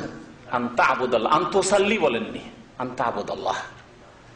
আল্লাহ পাকের ইবাদত বন্দি করছে। আল্লাহ পাকের ইবাদত কি? এখন ইবাদতের সংজ্ঞা জানতে হবে। ইবাদত মানে শুধু নামাজ, ইবাদত মানে শুধু রোজার সময় রোজা ব্যাস, ইবাদত মানে শুধু জাকাত দেওয়ার সময়টা, ইবাদত মানে শুধু হজের সময়টা, আর হজ থেকে ফিরে আসে ইবাদত না। না, মুমিনের পুরো লাইফ, পুরো জিন্দেগি হচ্ছে ইবাদত। আপনার পুরো অবস্থায় হচ্ছে ইবাদত। আপনার জেগে থাকা, শুয়ে থাকা, চলা ফিরা, ইন্না সলাতি ওয়া নুসুকি ওয়া মাহইয়ায়া ওয়া মামাতি, সুবহানাল্লাহ, কোরআন কারীমে আল্লাহ বলেন। নিশ্চয়ই বান্দা কি বলবে? মুমিন বান্দা নিশ্চয় আমার, ইন্না সলাতি, আমার নামাজ, সালাত, অনুসুকি আমার কুরবানি, আমার ইবাদত বন্দেগী, হজের কার্যাবলী। নুসুক মানে কুরবানি হইতে পারে, নুসুক বলা হয় মানাসিক, হজের কার্যাবলী, উমরার কার্যাবলী। ও মাহিয়া আমার পুরো জীবন, পুরো জিন্দেগি, ও মামাতে আমার মরণ মত, সমস্ত কিছু কার জন্য? লিল্লাহ, আল্লাহ পাকের জন্য। রব্বুল আলামিন, যিনি হচ্ছেন রব্বুল আলামিন, রব্বুল আলামিন। তাহলে আপনার ইবাদত হচ্ছে পুরো জিন্দেগি। সুতরাং একটা উদাহরণ দিয়ে বুঝেন। আপনি ঘুমিয়ে আছেন, আর ঘুমিয়ে থাকা অবস্থায় যদি আপনার বস চলে আসে, 1 মিনিট শুয়ে থাকবেন। ঘুমিয়ে থাকা তো দূরে থাকা, বিছানায় শুয়ে থাকবেন, লাফ দিয়ে উঠবেন আর দৌড় দিয়ে বসের সামনে পড়ার আগে বাথরুমে ঢুকবে না, তাড়াতাড়ি করে চোখটা ধুয়ে এসে কাপড়টা কোন রকম করে লাগিয়ে সামনে এসে হাজির, সার সার সার সার সার করা শুরু করে দিয়েছেন। সুবহানাল্লাহ, দেখেন না লোকজনকে। আর হাইয়া আলাস সালাহ, হাইয়া আলাল ফালাহ, আল্লাহু আকবার, আল্লাহ সবচেয়ে বড়, তোমার বসের চাইতে বড়, তোমার শাসকের চাইতে বড়, তোমার রাষ্ট্রপতির চাইতে বড়, তোমার রাজার চাইতে বড়, তোমার বাপের চাইতে বড়। আল্লাহু আকবার, আযান হচ্ছে, আবার শেষ করেছে আল্লাহু আকবার, আল্লাহু আকবার, লা ইলাহা ইল্লাল্লাহ, আল্লাহ ছাড়া কেউ মাবুদ নেই, তার ইবাদতে আসো। হাইয়া আলাস সালাহ, হাইয়া আলাল ফালাহ, কাদ কামাতিস সালাহ। সব হয়ে গেল, কিন্তু ঘুম ভাঙলো না, ঘুম ভাঙলো না। কোথায় আল্লাহ পাকের ইবাদত বন্দেগী করেন আপনি? আনতা আবুদাল্লাহ, মানুষের পুরো জীবনটাই হচ্ছে ইবাদত। সুতরাং আপনি মসজিদে থাকবেন, তখনও এমন ভাবে থাকবেন যেন আল্লাহকে দেখছেন, অথবা আল্লাহ দেখছেন আপনাকে। মসজিদের বাইরে যখন দোকানে আপনি কেনা বেচা করছেন, তখনও আল্লাহ দেখছেন, আল্লাহ শুনছেন, কমপক্ষে, আর না হলে তার আগে আল্লাহকে আপনি দেখছেন, আল্লাহকে দেখছেন আর বিক্রি করছেন। সুতরাং ভাই 1 পয়সা লাভ নেই, তোমাকে দামে দামি দিয়ে দিলাম, কেনা দামে দিয়ে দিলাম, এসব মিথ্যা কথা কখনো বলবেন না। দোকানে বসে চাইনার মাল আর মেডিয়ান জাপান পারছেন, এক্সপায়ার হয়ে গেছে, আবার নতুন করে তাদের ডেট বাড়াচ্ছে। কত যে হারাম কাজ ব্যবসায়ীরা করছে। এই জন্য বলছেন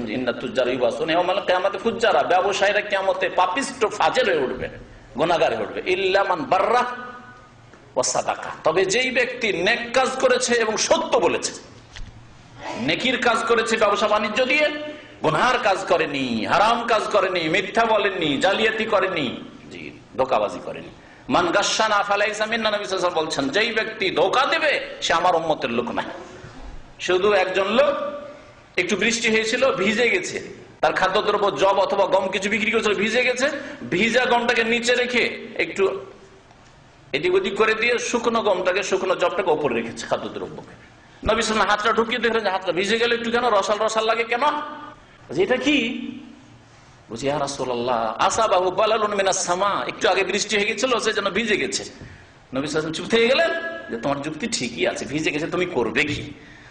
আফালা জাআলতাহু ফাওকা আত-তাম হাত্তা ইয়ারাহুন নাস, ভিজে গেছিল, ভিজাটা উপরে কেন রাখনি যাতে মানুষ দেখে নিত, দেখে কিনতো।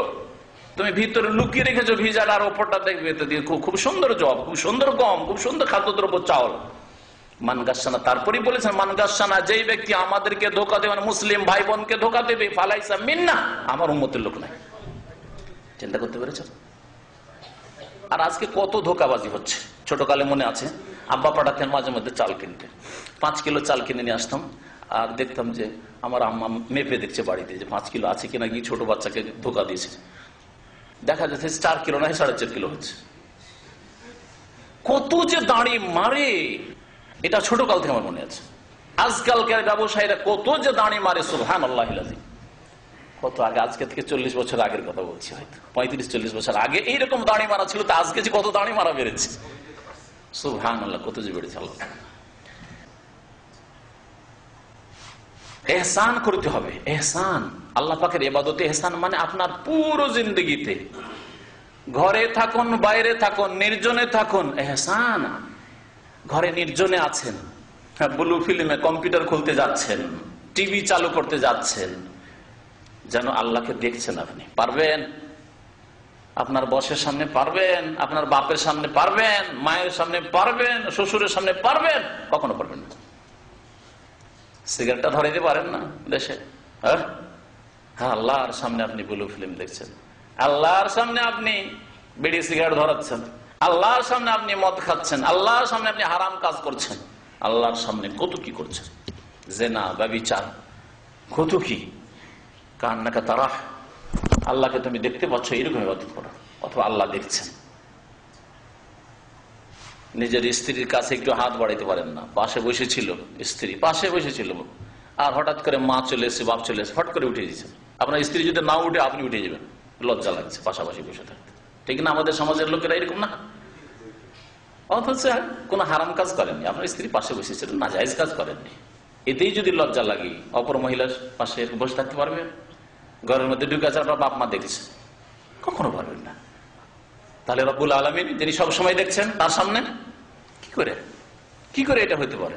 তাহলে মুসলিম জীবনের সংশোধন হয়ে যাবে যদি ইহসান তৈরি হয়ে যায়, অন্তরে যদি ইহসান তৈরি হয়ে যায় আল্লাহর ইবাদত বন্দেগীতে, যেটা বললাম, আর মানুষের সাথে সদ্ব্যবহারের ক্ষেত্রে, তাহলে আল্লাহর সত্যিকার ওলি হতে পারবে। আর ইহসান মানে এই নয় যে ইহসানের নাম ব্যবহার করে তারপরে বিদাতি কাজ, শিরকি কাজ, অমুকের ওয়াজদ হয়ে গেছে, অমুক হালের অবস্থায় বেহাল হয়ে আছে, শুনেছেন এগুলো কথা? ওয়াজদার হাল হয় তাদের। অমুক মজজুব, মজজুব মানে পাগল হয়ে গেছে, আল্লাহর প্রেমে লয় হয়ে গেছে, ফানা হয়ে বিলীন করে দিয়েছে নিজেকে, ইত্যাদি ইত্যাদি। এসবের একটি ভাষাও শরীয়তে কোথাও পাবেন না, কিন্তু পীরদের কিতাবে আছে সব। এই ওজানির পীরের কিতাব চরমনাইয়ের 6টা বক্তব্যের আগে আমি পড়লে তো ওটা অতি অ্যাড করতাম, কিন্তু পরে পড়লাম, দেখলাম সুবহানাল্লাহ, এই সব বিদাতি এতে এত বেহাল, এত বেহাল। আল্লাহু আকবার। এগুলোর নাম হচ্ছে আধ্যাত্মিকতা, এর নাম আধ্যাত্মিকতা নাই। এগুলি সব গুমরাহি এবং এগুলি শয়তানের লীলা খেলা। এগুলো জিন শয়তান মানুষকে দিয়ে ঠাট্টা বিদ্রুপ করে, তোকে কি আমি করেছি দেখ, তোকে পাগল করে দিয়ে আখের জমিতে ঢুকে 3-4 দিন নামাজ পড়তে পড়তে একটা চিৎকার দিয়ে এমন পালা পালালো মসজিদ থেকে যে আখের জমিতে 3 দিন অথবা 5 দিন ঢুকেই থেকে গেল, কেউ খুঁজে পায় না, বের করতে পারে। তার জীবনীটা আছে, আছে না? পড়েছেন? 18 দিন। এই যে আমাদের কারি আবু হানিফা সাহেব তিক্ত অভিজ্ঞতা, তাদের ওই সব থেকে এসছে 18 দিন। আমি মনে হয় 3 দিন 5 দিন এসব পড়েছি। তো যাই হোক, হ্যাঁ, কিসের মধ্যে? বেত কাটার ঝোড়ের ভিতরে বহু এরকম ঘটনা, একবারে না বহুবার এরকম। ফরজ নামাজ ছেড়ে পালিয়ে যাওয়া, আর তারপরে এরকম ঢুকে থাকা, আর এই কয়েকদিনের নামাজ কোথায় গেল, আল্লাহ কি করবেন এই অবস্থায় এর সাথে? চিন্তা করুন না। নবীর নামাজ মাফ হয়নি, এদের নামাজের কি হয়েছে? সুবহানাল্লাহ, সুবহানাল্লাহ, আল্লাহ আলহামদুলিল্লাহ, যে শিরক বিদআত থেকে, গুমরাহি থেকে আল্লাহ নাজাত দিয়েছেন। আলহামদুলিল্লাহ, আলহামদুলিল্লাহিল্লাযী হাদানা লিহাযা ওয়া মা কুন্না লিনাহতাদি লাউলা আন হাদানাল্লাহ। আল্লাহ পাক যদি হিদায়াত না করতেন তাহলে আমিও হিদায়াত পেতাম না, আপনারা হিদায়াত পেতেন না। ইহসান, কোরআনে ও হাদিসের ইহসান বললাম যে আল্লাহর ইবাদতে ইহসান সৃষ্টি করেন, মানে সার্বিক জীবনে, আর মানুষের সাথে সদ্ব্যবহার সদাচরণে ইহসান করেন। আল্লাহ পাক মানুষের মধ্যে সবচেয়ে বেশি নিকটবর্তী ব্যক্তিরা যাদের সাথে ইহসান করতে বলেছেন তারা হচ্ছেন বাবা মা। অবিল ওয়ালিদাইন ইহসান, সেখানে আল্লাহ ইহসান শব্দ উল্লেখ করেছেন। ইহসান, ইহসান করেন আপনি। আপনার একটু অভাব হোক, জমি জায়গা কিনতে পারছেন না, আপনি কিছু বাঁচাতে পারছেন না, বাপ মাকে টাকা পয়সা দিতে গিয়ে কিছু ব্যালেন্স করতে পারলেন না, বাড়িটা নিজের ভালো করতে পারলেন না, কিন্তু বাপ মাকে দিতেই হচ্ছে, দেন দেন দেন। আপনি খালি হাতে একটা ভালো বাড়ি করে ছেলে মেয়েদেরকে দিয়ে যেতে পারলেন না, দেখলেন যে এতদিন আমি বাপ মাকে টাকা দিলাম, এই টাকা তো আমার বাড়ি হয়ে যেত। আর হয়তো আপনি ক্যালকুলেশন করছেন যে যদি বাপ মাকে না দিতাম তাহলে বাড়িটা আমি করে ফেলতাম রে ছেলে মেয়েদের। এই হিসাব করিয়েন না। আপনি আল্লাহর উপর ভরসা করে অবিল ওয়ালিদাইন ইহসান, বাপ মায়ের সাথে ইহসান করেন, তাদের খরচ খরচা ভরণ পোষণ বরদাস্ত করেন। আল্লাহ আপনার ছেলে মেয়েদের বাড়ির দায়িত্ব নিজে নিয়ে নেবেন ইনশাআল্লাহ, ইনশাআল্লাহ। পরীক্ষিত, শুধু মুখের কথা না, কোরআন এবং হাদিসের কথা আর বাস্তব পরীক্ষিত। একটু ধৈর্য ধরতে হবে, ধৈর্য ধরতে হবে, তাড়াহুড়া করলে হবে না যে না আমি নিজের ছেলে মেয়ের বাড়ি করে যাব। না, আল্লাহ করে দেব আমার ছেলে মেয়েদের বাড়ি, আমার উপর ফরজ দায়িত্ব এখন আছে বাপ মায়ের, সেটা আগে করে যাবে।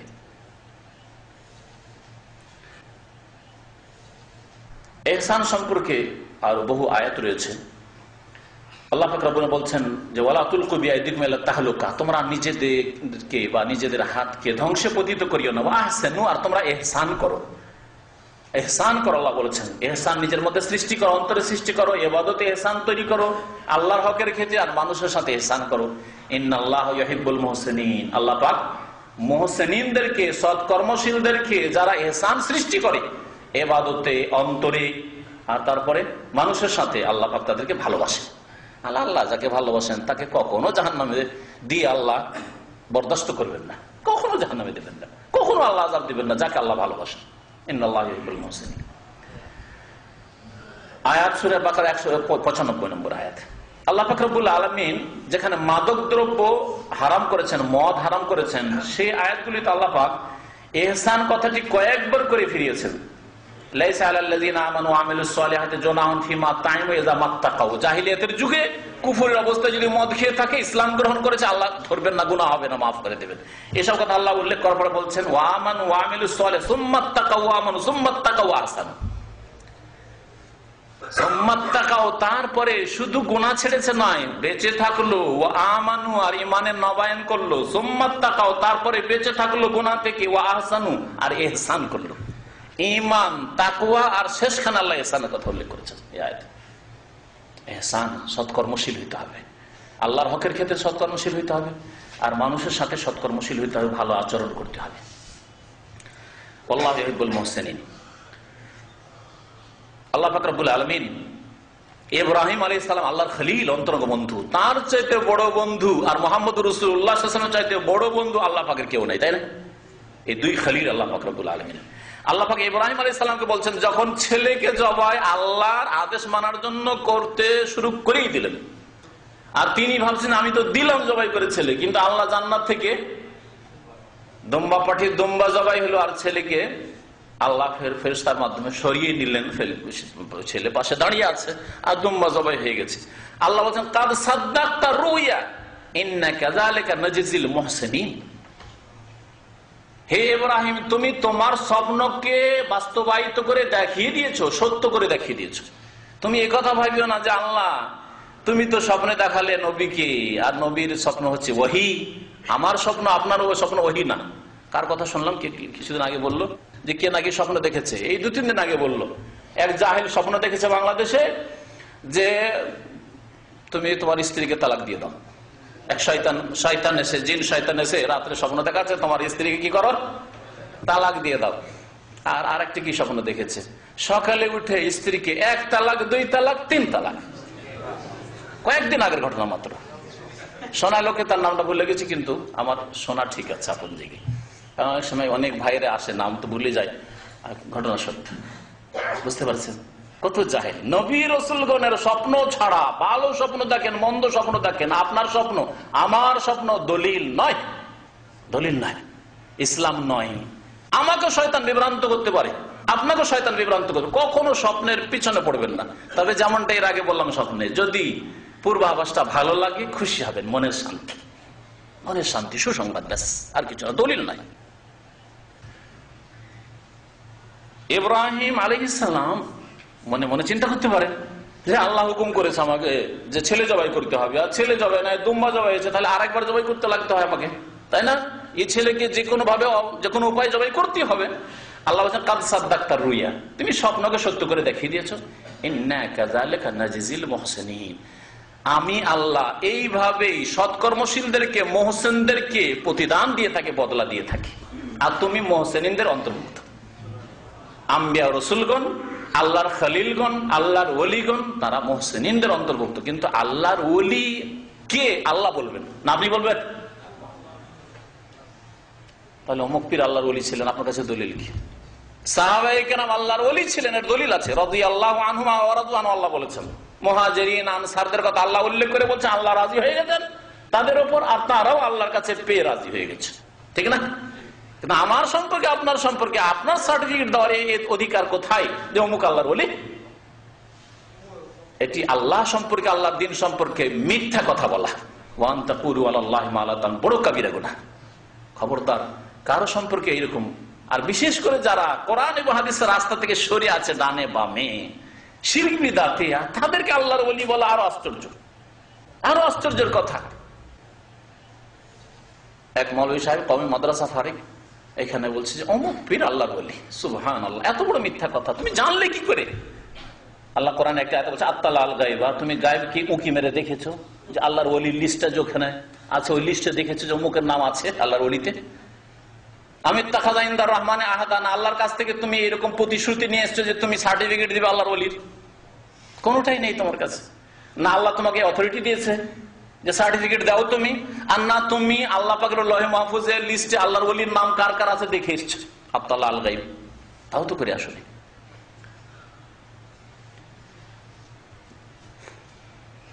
ইন্নাল্লাহা ইয়া'মুরু বিল আদলি ওয়াল ইহসান ওয়া ইতা'i যিল কুরবা ওয়া ইয়ানহা আনিল ফাহশা'i ওয়াল মুনকার ওয়াল বাগই ইয়া'iদুকুম লাআল্লাকুম তাযাক্কারুন।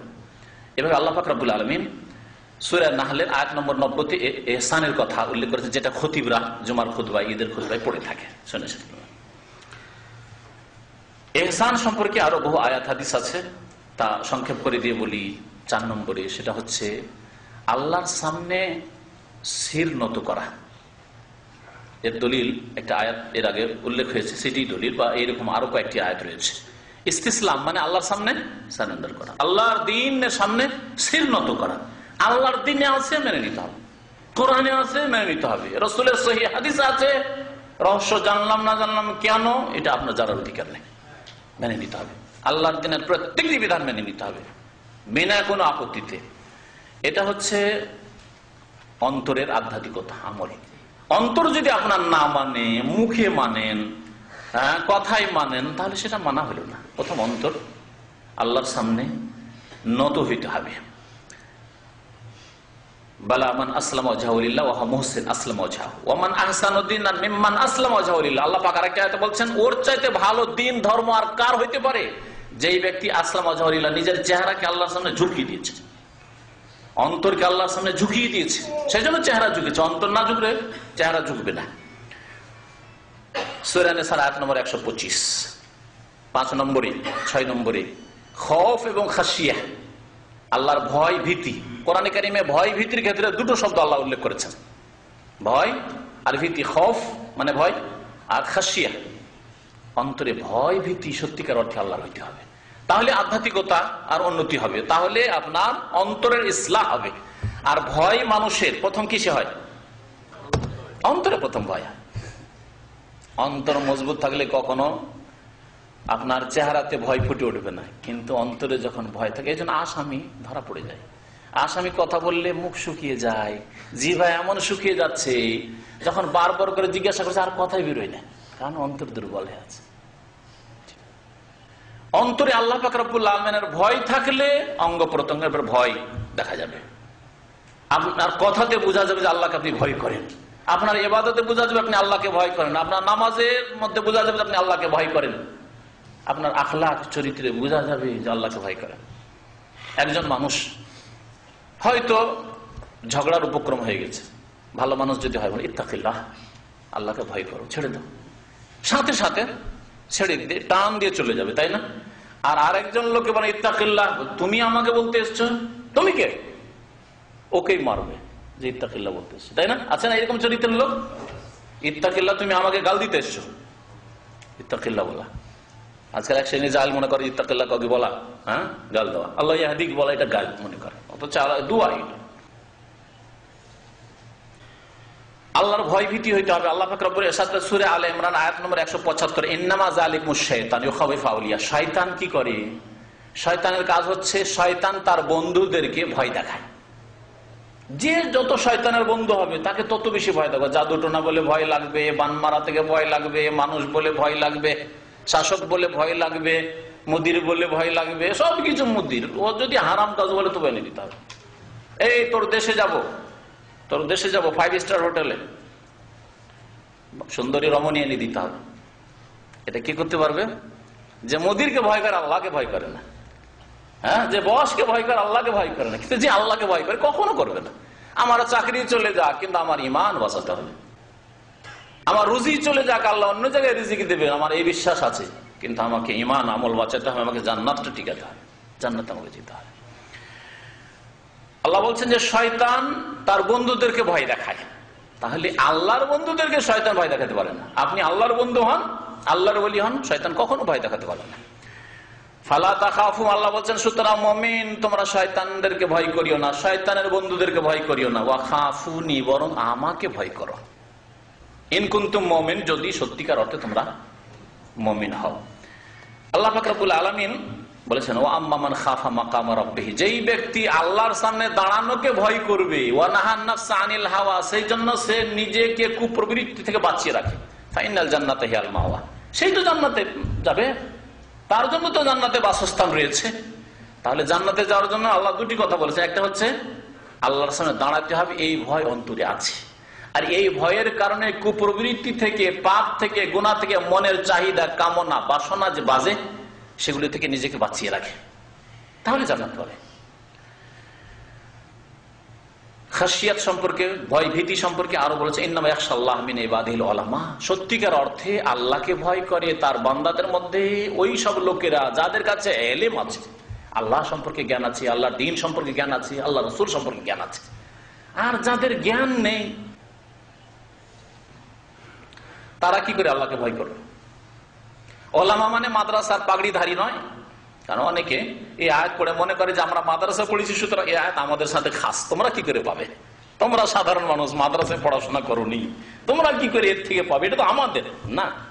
ওলামা মানে যার কাছে ইলম আছে, আলেমের জমা হচ্ছে ওলামার। আলেম মানে বিদ্বান, আলেম মানে জ্ঞানী, আলেম মানে ইলমওয়ালা, যার কাছে ইলম আছে।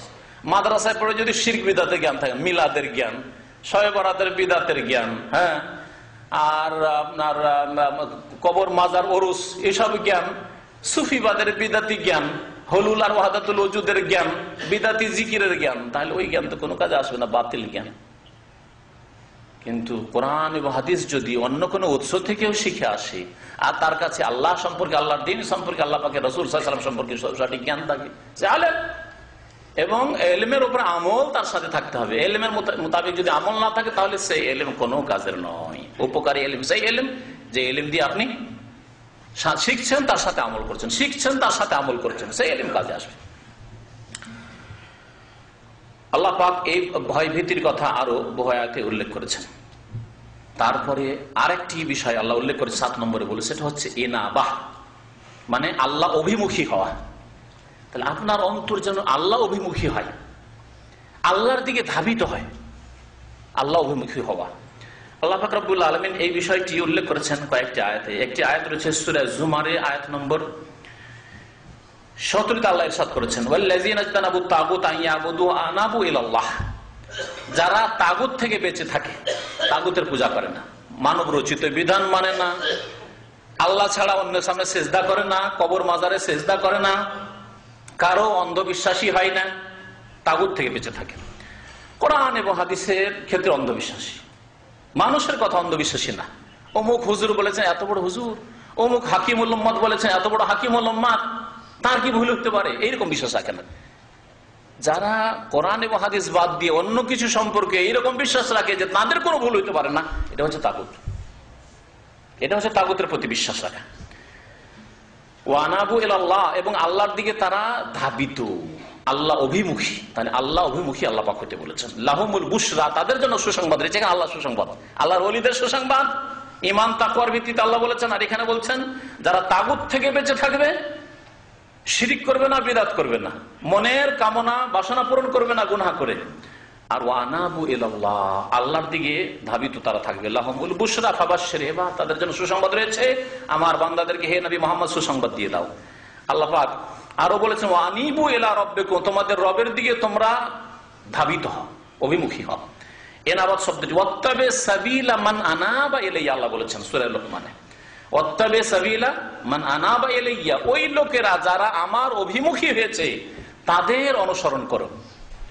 আল্লাহ পাকের অভিমুখী হয়েছে প্রথম সারিতে কারা? আম্বিয়া রাসূলগণ, তাহলে তাদের অনুসরণ করতে হবে। আর বিশেষ করে মুহাম্মদ রাসূলুল্লাহ সাল্লাল্লাহু আলাইহি সাল্লাম, আর তারপরে তার অনুসারী সাহাবায়ে কেরামগণ। আর এই আয়াত পীর ধরার অকাট্য দলিল, একটি বিদাতীদের বই আছে, সেই বইয়ে পীর ধরার দলিলের এই আয়াত দিয়েছে, ওয়াত্তাবি সাবিলা মান আনাবা ইলাইহি, যারা আল্লাহ অভিমুখী তাদের অনুসরণ করো। পীর হচ্ছে আল্লাহর অভিমুখী, আল্লাহ অভিমুখী, যেখানে পয়সার খেলা, পয়সার খেলা, আল্লাহু আকবার, কত যে টাকা, কত যে টাকা। সৌদি আরবে 50 বছর থেকেও আপনার কাছে স্বপ্ন দেখতে পারবো অত টাকা। আর তারপরে বলছে যে এরা আল্লাহ অভিমুখী, সেখানে দেখলে তো দুনিয়া মনে আসবে, কবর মাজারে গেলে দুনিয়া মনে আসবে, কারণ আপনার পয়সার যে ইনকাম সোর্স, বিরাট বিরাট কোম্পানি ইনকাম করতে পারে না।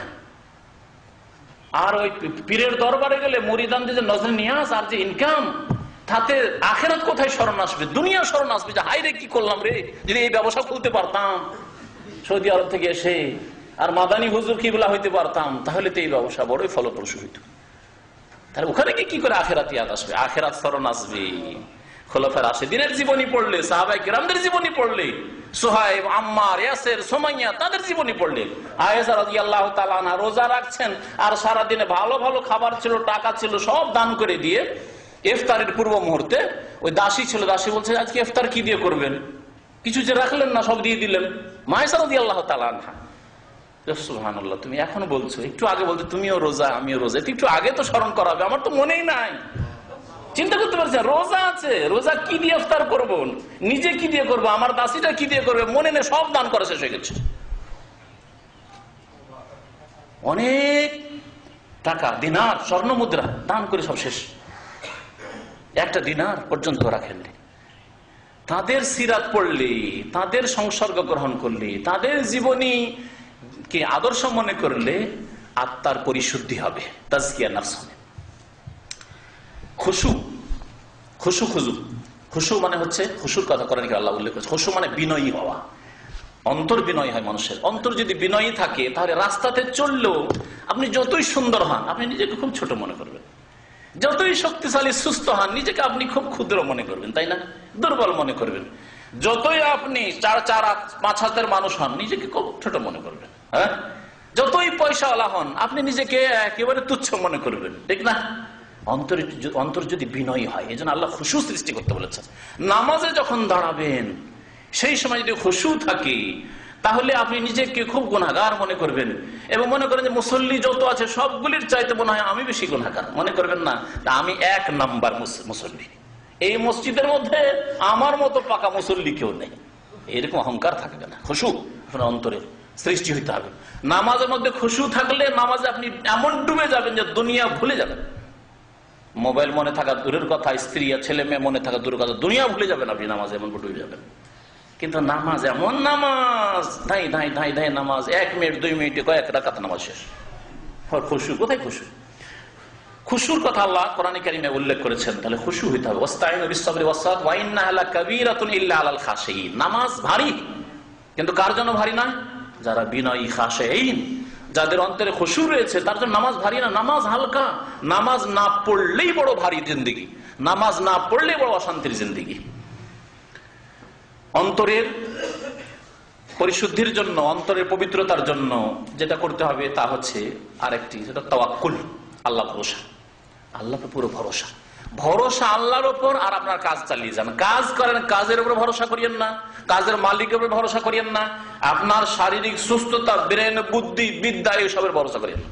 আরে আমার বিদ্যা বুদ্ধি আছে, এই কোম্পানিতে না হবে এক্ষুনি আমি ইন্টারনেট খুলবো, কত জায়গায় চাকরি পাবো। তাহলে আপনার বিদ্যা বুদ্ধির ওপর, আপনার অভিজ্ঞতার উপর ভরসা আপনার না। আমার চাকরি চলে যাবে, আল্লাহ রাজ্জাক। আজকে এখানে আল্লাহ রিজিক দিচ্ছেন, কালকে বাংলাদেশ চলে যাব, কালকে ইন্ডিয়া চলে যাবো, সেখানে আল্লাহ রিজিক দেবেন। যে যেখানে থাকবে সেখানে আল্লাহ রিজিক দেবেন। রাজ্জাক আল্লাহ পাক রব্বুল আলামিন।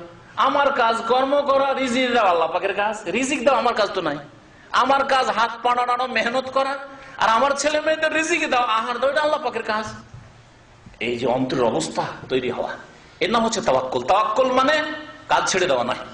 কাজ ছেড়ে ঘরে বসে থাকবেন, ঘুমিয়ে থাকবেন আর বলে আল্লাহ ভরসা, এটার নাম আল্লাহ ভরসা দেয়।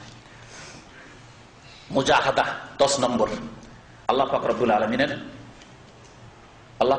আলামিনের নৈকট্য লাভের জন্য এবং আত্মার পরিশুদ্ধির জন্য যেটা করতে হবে তার একটি হচ্ছে মুজাহাদা, মানে প্রচেষ্টা চালানো। প্রচেষ্টা চালাতে হবে। আল্লাহ পাক প্রচেষ্টা চালাতে বলেছেন। জিহাদ, মনের সাথে জিহাদ, যে আপনার যেগুলি লোভ লালসা হচ্ছে তার বিরুদ্ধে জিহাদ, নফসের জিহাদ, কলমের জিহাদ, কথার জিহাদ। আল্লাহ পাক রব্বুল আলামিনের সর্বোচ্চ জিহাদ হচ্ছে অস্ত্রের জিহাদ। প্রথম জিহাদ যেটা শুরু করতে হবে সেটা হচ্ছে নিজের নফসের জিহাদ। আমরা নিজের নফসের বিরুদ্ধে যেতে পারি না, মনের বিরুদ্ধে।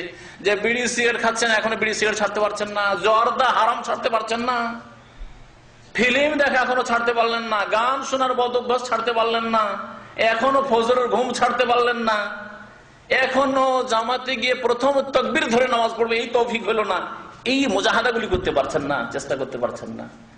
এখনো নিজের লোভকে সংযম করে আপনি নিজের ছেলে মেয়েদেরকে দিন শিখাবেন, আল্লাহর দিনের আপনি খাদেম বানাবেন, আল্লাহ আপনার খেদমতের জন্য, আপনার ছেলে মেয়েদের খেদমতের জন্য সুব্যবস্থা করে দেবেন, এতটুকু ভরসা হইল না। প্রচেষ্টা চালাতে হবে, নিজের মনের সাথে প্রচেষ্টা। মন বলছে যে ছেলেকে যদি ডাক্তার বানায়, ইঞ্জিনিয়ার বানায়, প্রচুর টাকা ইনকাম হবে। কিন্তু মনকে বলতে হবে যে আমার একটা ছেলে, দুটো ছেলেকে কমপক্ষে দিনের খাদেমও বানাইতে হবে, সবগুলিকে না করলে। কারণ দিনের খেদমত আগে করতে হবে। দিনের খেদমত করো, আল্লাহ পাক দুনিয়ার খেদমতের ব্যবস্থা করে দেবেন। মুজাহিদ, আল্লাহ পাক কোরআনে কারীমে ইরশাদ করেছেন সূরা আনকাবুতের আয়াত নম্বর 69, ওয়াল্লাযিনা জাহাদু ফিনা লানাহদিয়ান্নাহুম সুবুলানা। যারা আমার রাস্তায় প্রচেষ্টা চালাবে, মুজাহাদা করবে, চেষ্টা করবে, জিহাদ করবে, সংগ্রাম করবে, লানাহদিয়ান্নাহুম সুবুলানা, অবশ্যই অবশ্যই আমি তাদেরকে আমার রাস্তা দেখাবো। আল্লাহ অবশ্যই রাস্তা দেখাবেন। এই মুজাহাদা কোরআন সুন্নাহ ভিত্তিক হইতে হবে। ইবাদতে মুজাহাদা, ইবাদতের চেষ্টার ব্যাপার আছে। রাত্রে 11টা 12টায় ঘুমাচ্ছেন, তারপরে ফজরের আধা ঘন্টা 1 ঘন্টা আগে উঠে গিয়ে 2-4 রাকাত নামাজ পড়ে চেষ্টা করা, চেষ্টা এই বিরাট চেষ্টার ব্যাপার। এত সহজ নয়, সবার দ্বারা সম্ভব নয়। অনেকেই চেষ্টা করছেন, পারছেন না করতে। কেন পারছেন না? তাহলে আপনার আমলে ত্রুটি আছে, আল্লাহ আপনাকে নির্জনে অ্যাপয়েন্টমেন্ট দিতে চান না। আমার কথা বুঝতে পারছেন না? বড় বড় অফিসার যারা, বড় বড় যারা নেতা, তারা সবাইকে কি অ্যাপয়েন্টমেন্ট দেয়, সময় দেয় কথা বলার জন্য? সবাইকে দেয় না, তাদের খাস খাস বিশেষ বিশেষ লোককে দেয়, তাই না? তাহলে আপনি তাহাজ্জুদ পড়ার চেষ্টা করে মনে একবার চেষ্টা হচ্ছে, পারছেন না, বারবার চেষ্টা হচ্ছে, পারছেন না, তাহলে আপনি ভালো করে দেখেন, আপনার কাপড়ের নিচে দেখেন যে কি কোন গুনাহগুলি আছে, যার ফলে অ্যালার্ম লাগিয়ে রাখলে উঠতে পারছেন না। আল্লাহ আমাদেরকে যেন হেদায়েত দান করেন, আল্লাহ আমাদেরকে যেন তৌফিক দান করেন। অনেক সময় চেষ্টা করে পারছেন না, তখন আপনার ত্রুটিগুলো দেখেন, নিশ্চয় ত্রুটি আছে, আমার রিজিকে ত্রুটি আছে, হয়তো হারামের সংমিশ্রণ আছে, যার ফলে আল্লাহ আমাকে সুযোগ দিচ্ছেন না যে আল্লাহকে নির্জনে একটু কেঁদে ডাকবো।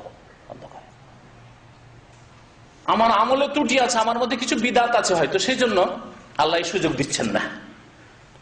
আমার মধ্যে যে কোনো গুনাহ ক্রিয়াকারী আছে, হয়তো আমার মধ্যে অহংকার আছে, হয়তো যে কোনো দোষ হতে পারে, যার ফলে আল্লাহ হয়তো সুযোগ দিচ্ছেন না, সংশোধন করার চেষ্টা করেন।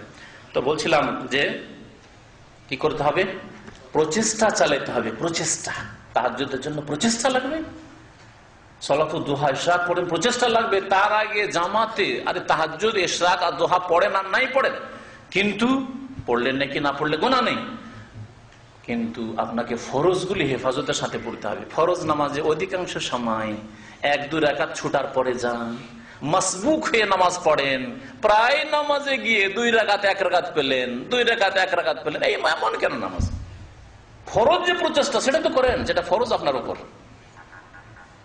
এইভাবে জবানকে হারাম থেকে বাঁচিয়ে রাখবেন, অন্তরকে হারামের চাহিদা থেকে বাঁচিয়ে রাখবেন, চোখকে হারাম থেকে বাঁচিয়ে রাখবেন, এই প্রচেষ্টা হইতে হবে। যে কোনো প্রত্যেকটি অন্তরের কাজের ক্ষেত্রে, ইবাদত বন্দেগীর ক্ষেত্রে, আখলাক চরিত্রের ক্ষেত্রে অনেক সময় আপনার স্বভাবে নম্রতা নেই, নরম ভাষায় কথা বলতে পারেন না, একটুতে আপনি উত্তেজিত হয়ে যান, অনেক সময় নম্র ব্যবহার দেখাতে পারেন না, ভালো ব্যবহার মিশতে পারেন না, সালাম দিতে পারেন না, সালাম নেওয়া শুধু অভ্যাস। তাহলে অভ্যাস, প্রচেষ্টা, এখানে মুজাহিদার দরকার আছে। নিজের মনের বিরুদ্ধে না, আমি নিজেকে ছোট হবো, সালাম আলাইকুম আগে বলবো, মুজাহিদা। তাহলে প্রচেষ্টা প্রত্যেকটি ক্ষেত্রে লাগবে, চেষ্টা শুধু নামাজের ক্ষেত্রে নয় আর দুটি ক্ষেত্রে নয়, প্রত্যেকটি ক্ষেত্রে আপনাকে প্রচেষ্টা লাগবে।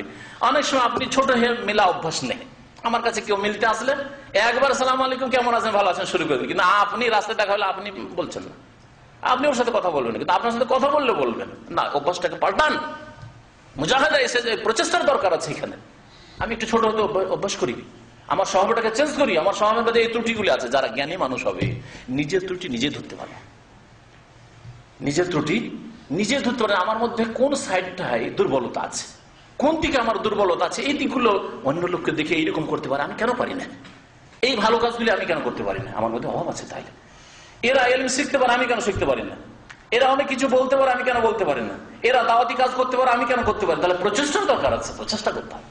আল্লাহ আপনার জন্য তৌফিক দান। এই 10টি বিষয় বলে এখানে শেষ করছি, কারণ বাকি যে বিষয়গুলো আছে সেগুলি বললে সময় শেষ হয়ে যাবে, আর সময় শেষ হতে যাচ্ছে। আল্লাহ পাক রব্বুল আলামিন আমাদের গুনাহ খাতা মাফ করে দেন, আল্লাহ পাক আমাদের অন্তরকে যেন সাফ করে দেন শিরিক থেকে, কুফরি থেকে, হিংসা থেকে, বিদ্বেষ থেকে, সমস্ত পাপাচার থেকে। অন্তর পরিষ্কার করার ক্ষেত্রে একটি কথা শেষখানে বলে শেষ করছি, অন্তরকে আত্মার পরিশুদ্ধির জন্য দুটো কাজ করতে হবে, ইতিবাচক এবং নেতিবাচক। ইতিবাচকগুলি আজকে বললাম, নেতিবাচক বলা হয়নি, আরো ইতিবাচক বেশ কিছু থাকলো, সেগুলি ইনশাআল্লাহ তাআলা আগামীতে আলোচনা করে দিয়ে নেতিবাচক দিকগুলির দিকে বিশেষ করে ইঙ্গিত করব। নেতিবাচক দিক মানে যেগুলি করা চলবে, অন্তর থেকে ডিলিট করতে হবে, দূর করতে হবে, শিরক, বিদআত, তারপরে হিংসা, বিদ্বেষ, অহংকার, এগুলি থেকে অন্তরকে মুক্ত করতে হবে। আর লোভ, যে লোভ, মনের চাহিদা, এইসব, নিজে আমি আগে থাকবো, নেতৃত্ব দেব, বিভিন্ন ধরনের লোভ, তো এগুলো থেকে মুক্ত হয়ে তারপরে যখন ক্লিন করলেন অন্তরকে, পাপ থেকে ক্লিন করলেন, ক্লিন করার পরে তখন সজ্জিত করতে হবে। আগে ক্লিন আর তারপরে সাজসজ্জিত করা। আগে গোসল করেন, গোসল করার পরে আতর লাগান, নাকি ঠিক না? আগে গোসল করে পরিষ্কার পরিচ্ছন্ন হয়ে আতর লাগাই। কোন লোক আছে এমন যে আগে আতরটা লাগিয়ে নিল, তারপরে গোসল করলো, গোসল করার পরে তখন বগলে যে গন্ধ ছিল সেগুলো দূর করলো, তারপরে গোসলখানা থেকে বেরোলো, এরকম করে কেউ না। তাহলে আগে যতগুলি অন্তরের খারাপ দিক আছে, খারাপ দোষ আছে, সেই দোষগুলি থেকে মুক্ত হইতে হবে অন্তরকে। আর তারপরে তখন সুসজ্জিত করতে হবে এইসব বিষয়গুলি দিয়ে, যেগুলি কোরআনী বিষয় উল্লেখ করলাম। আল্লাহ পাক রব্বুল আলামিন আমাদের অন্তরে সংশোধন করার তৌফিক দান করেন, অন্তরকে যেন আল্লাহর দিকে ধাবিত করে আল্লাহ পাক রব্বুল আলামিন, অন্তরকে যেন পাক করার তৌফিক দান করেন আল্লাহ পাক রব্বুল আমাদের ইবাদত সুন্দর করার জন্য তৌফিক দান করেন, আখলাক চরিত্র আমাদের সুন্দর করার জন্য তৌফিক দান করেন। সুবহান রাব্বিকা রাব্বিল ইজ্জাতি আম্মা ইয়াসিফুন ওয়া সালামুন আলাল মুরসালিন ওয়ালহামদুলিল্লাহি রাব্বিল আলামিন।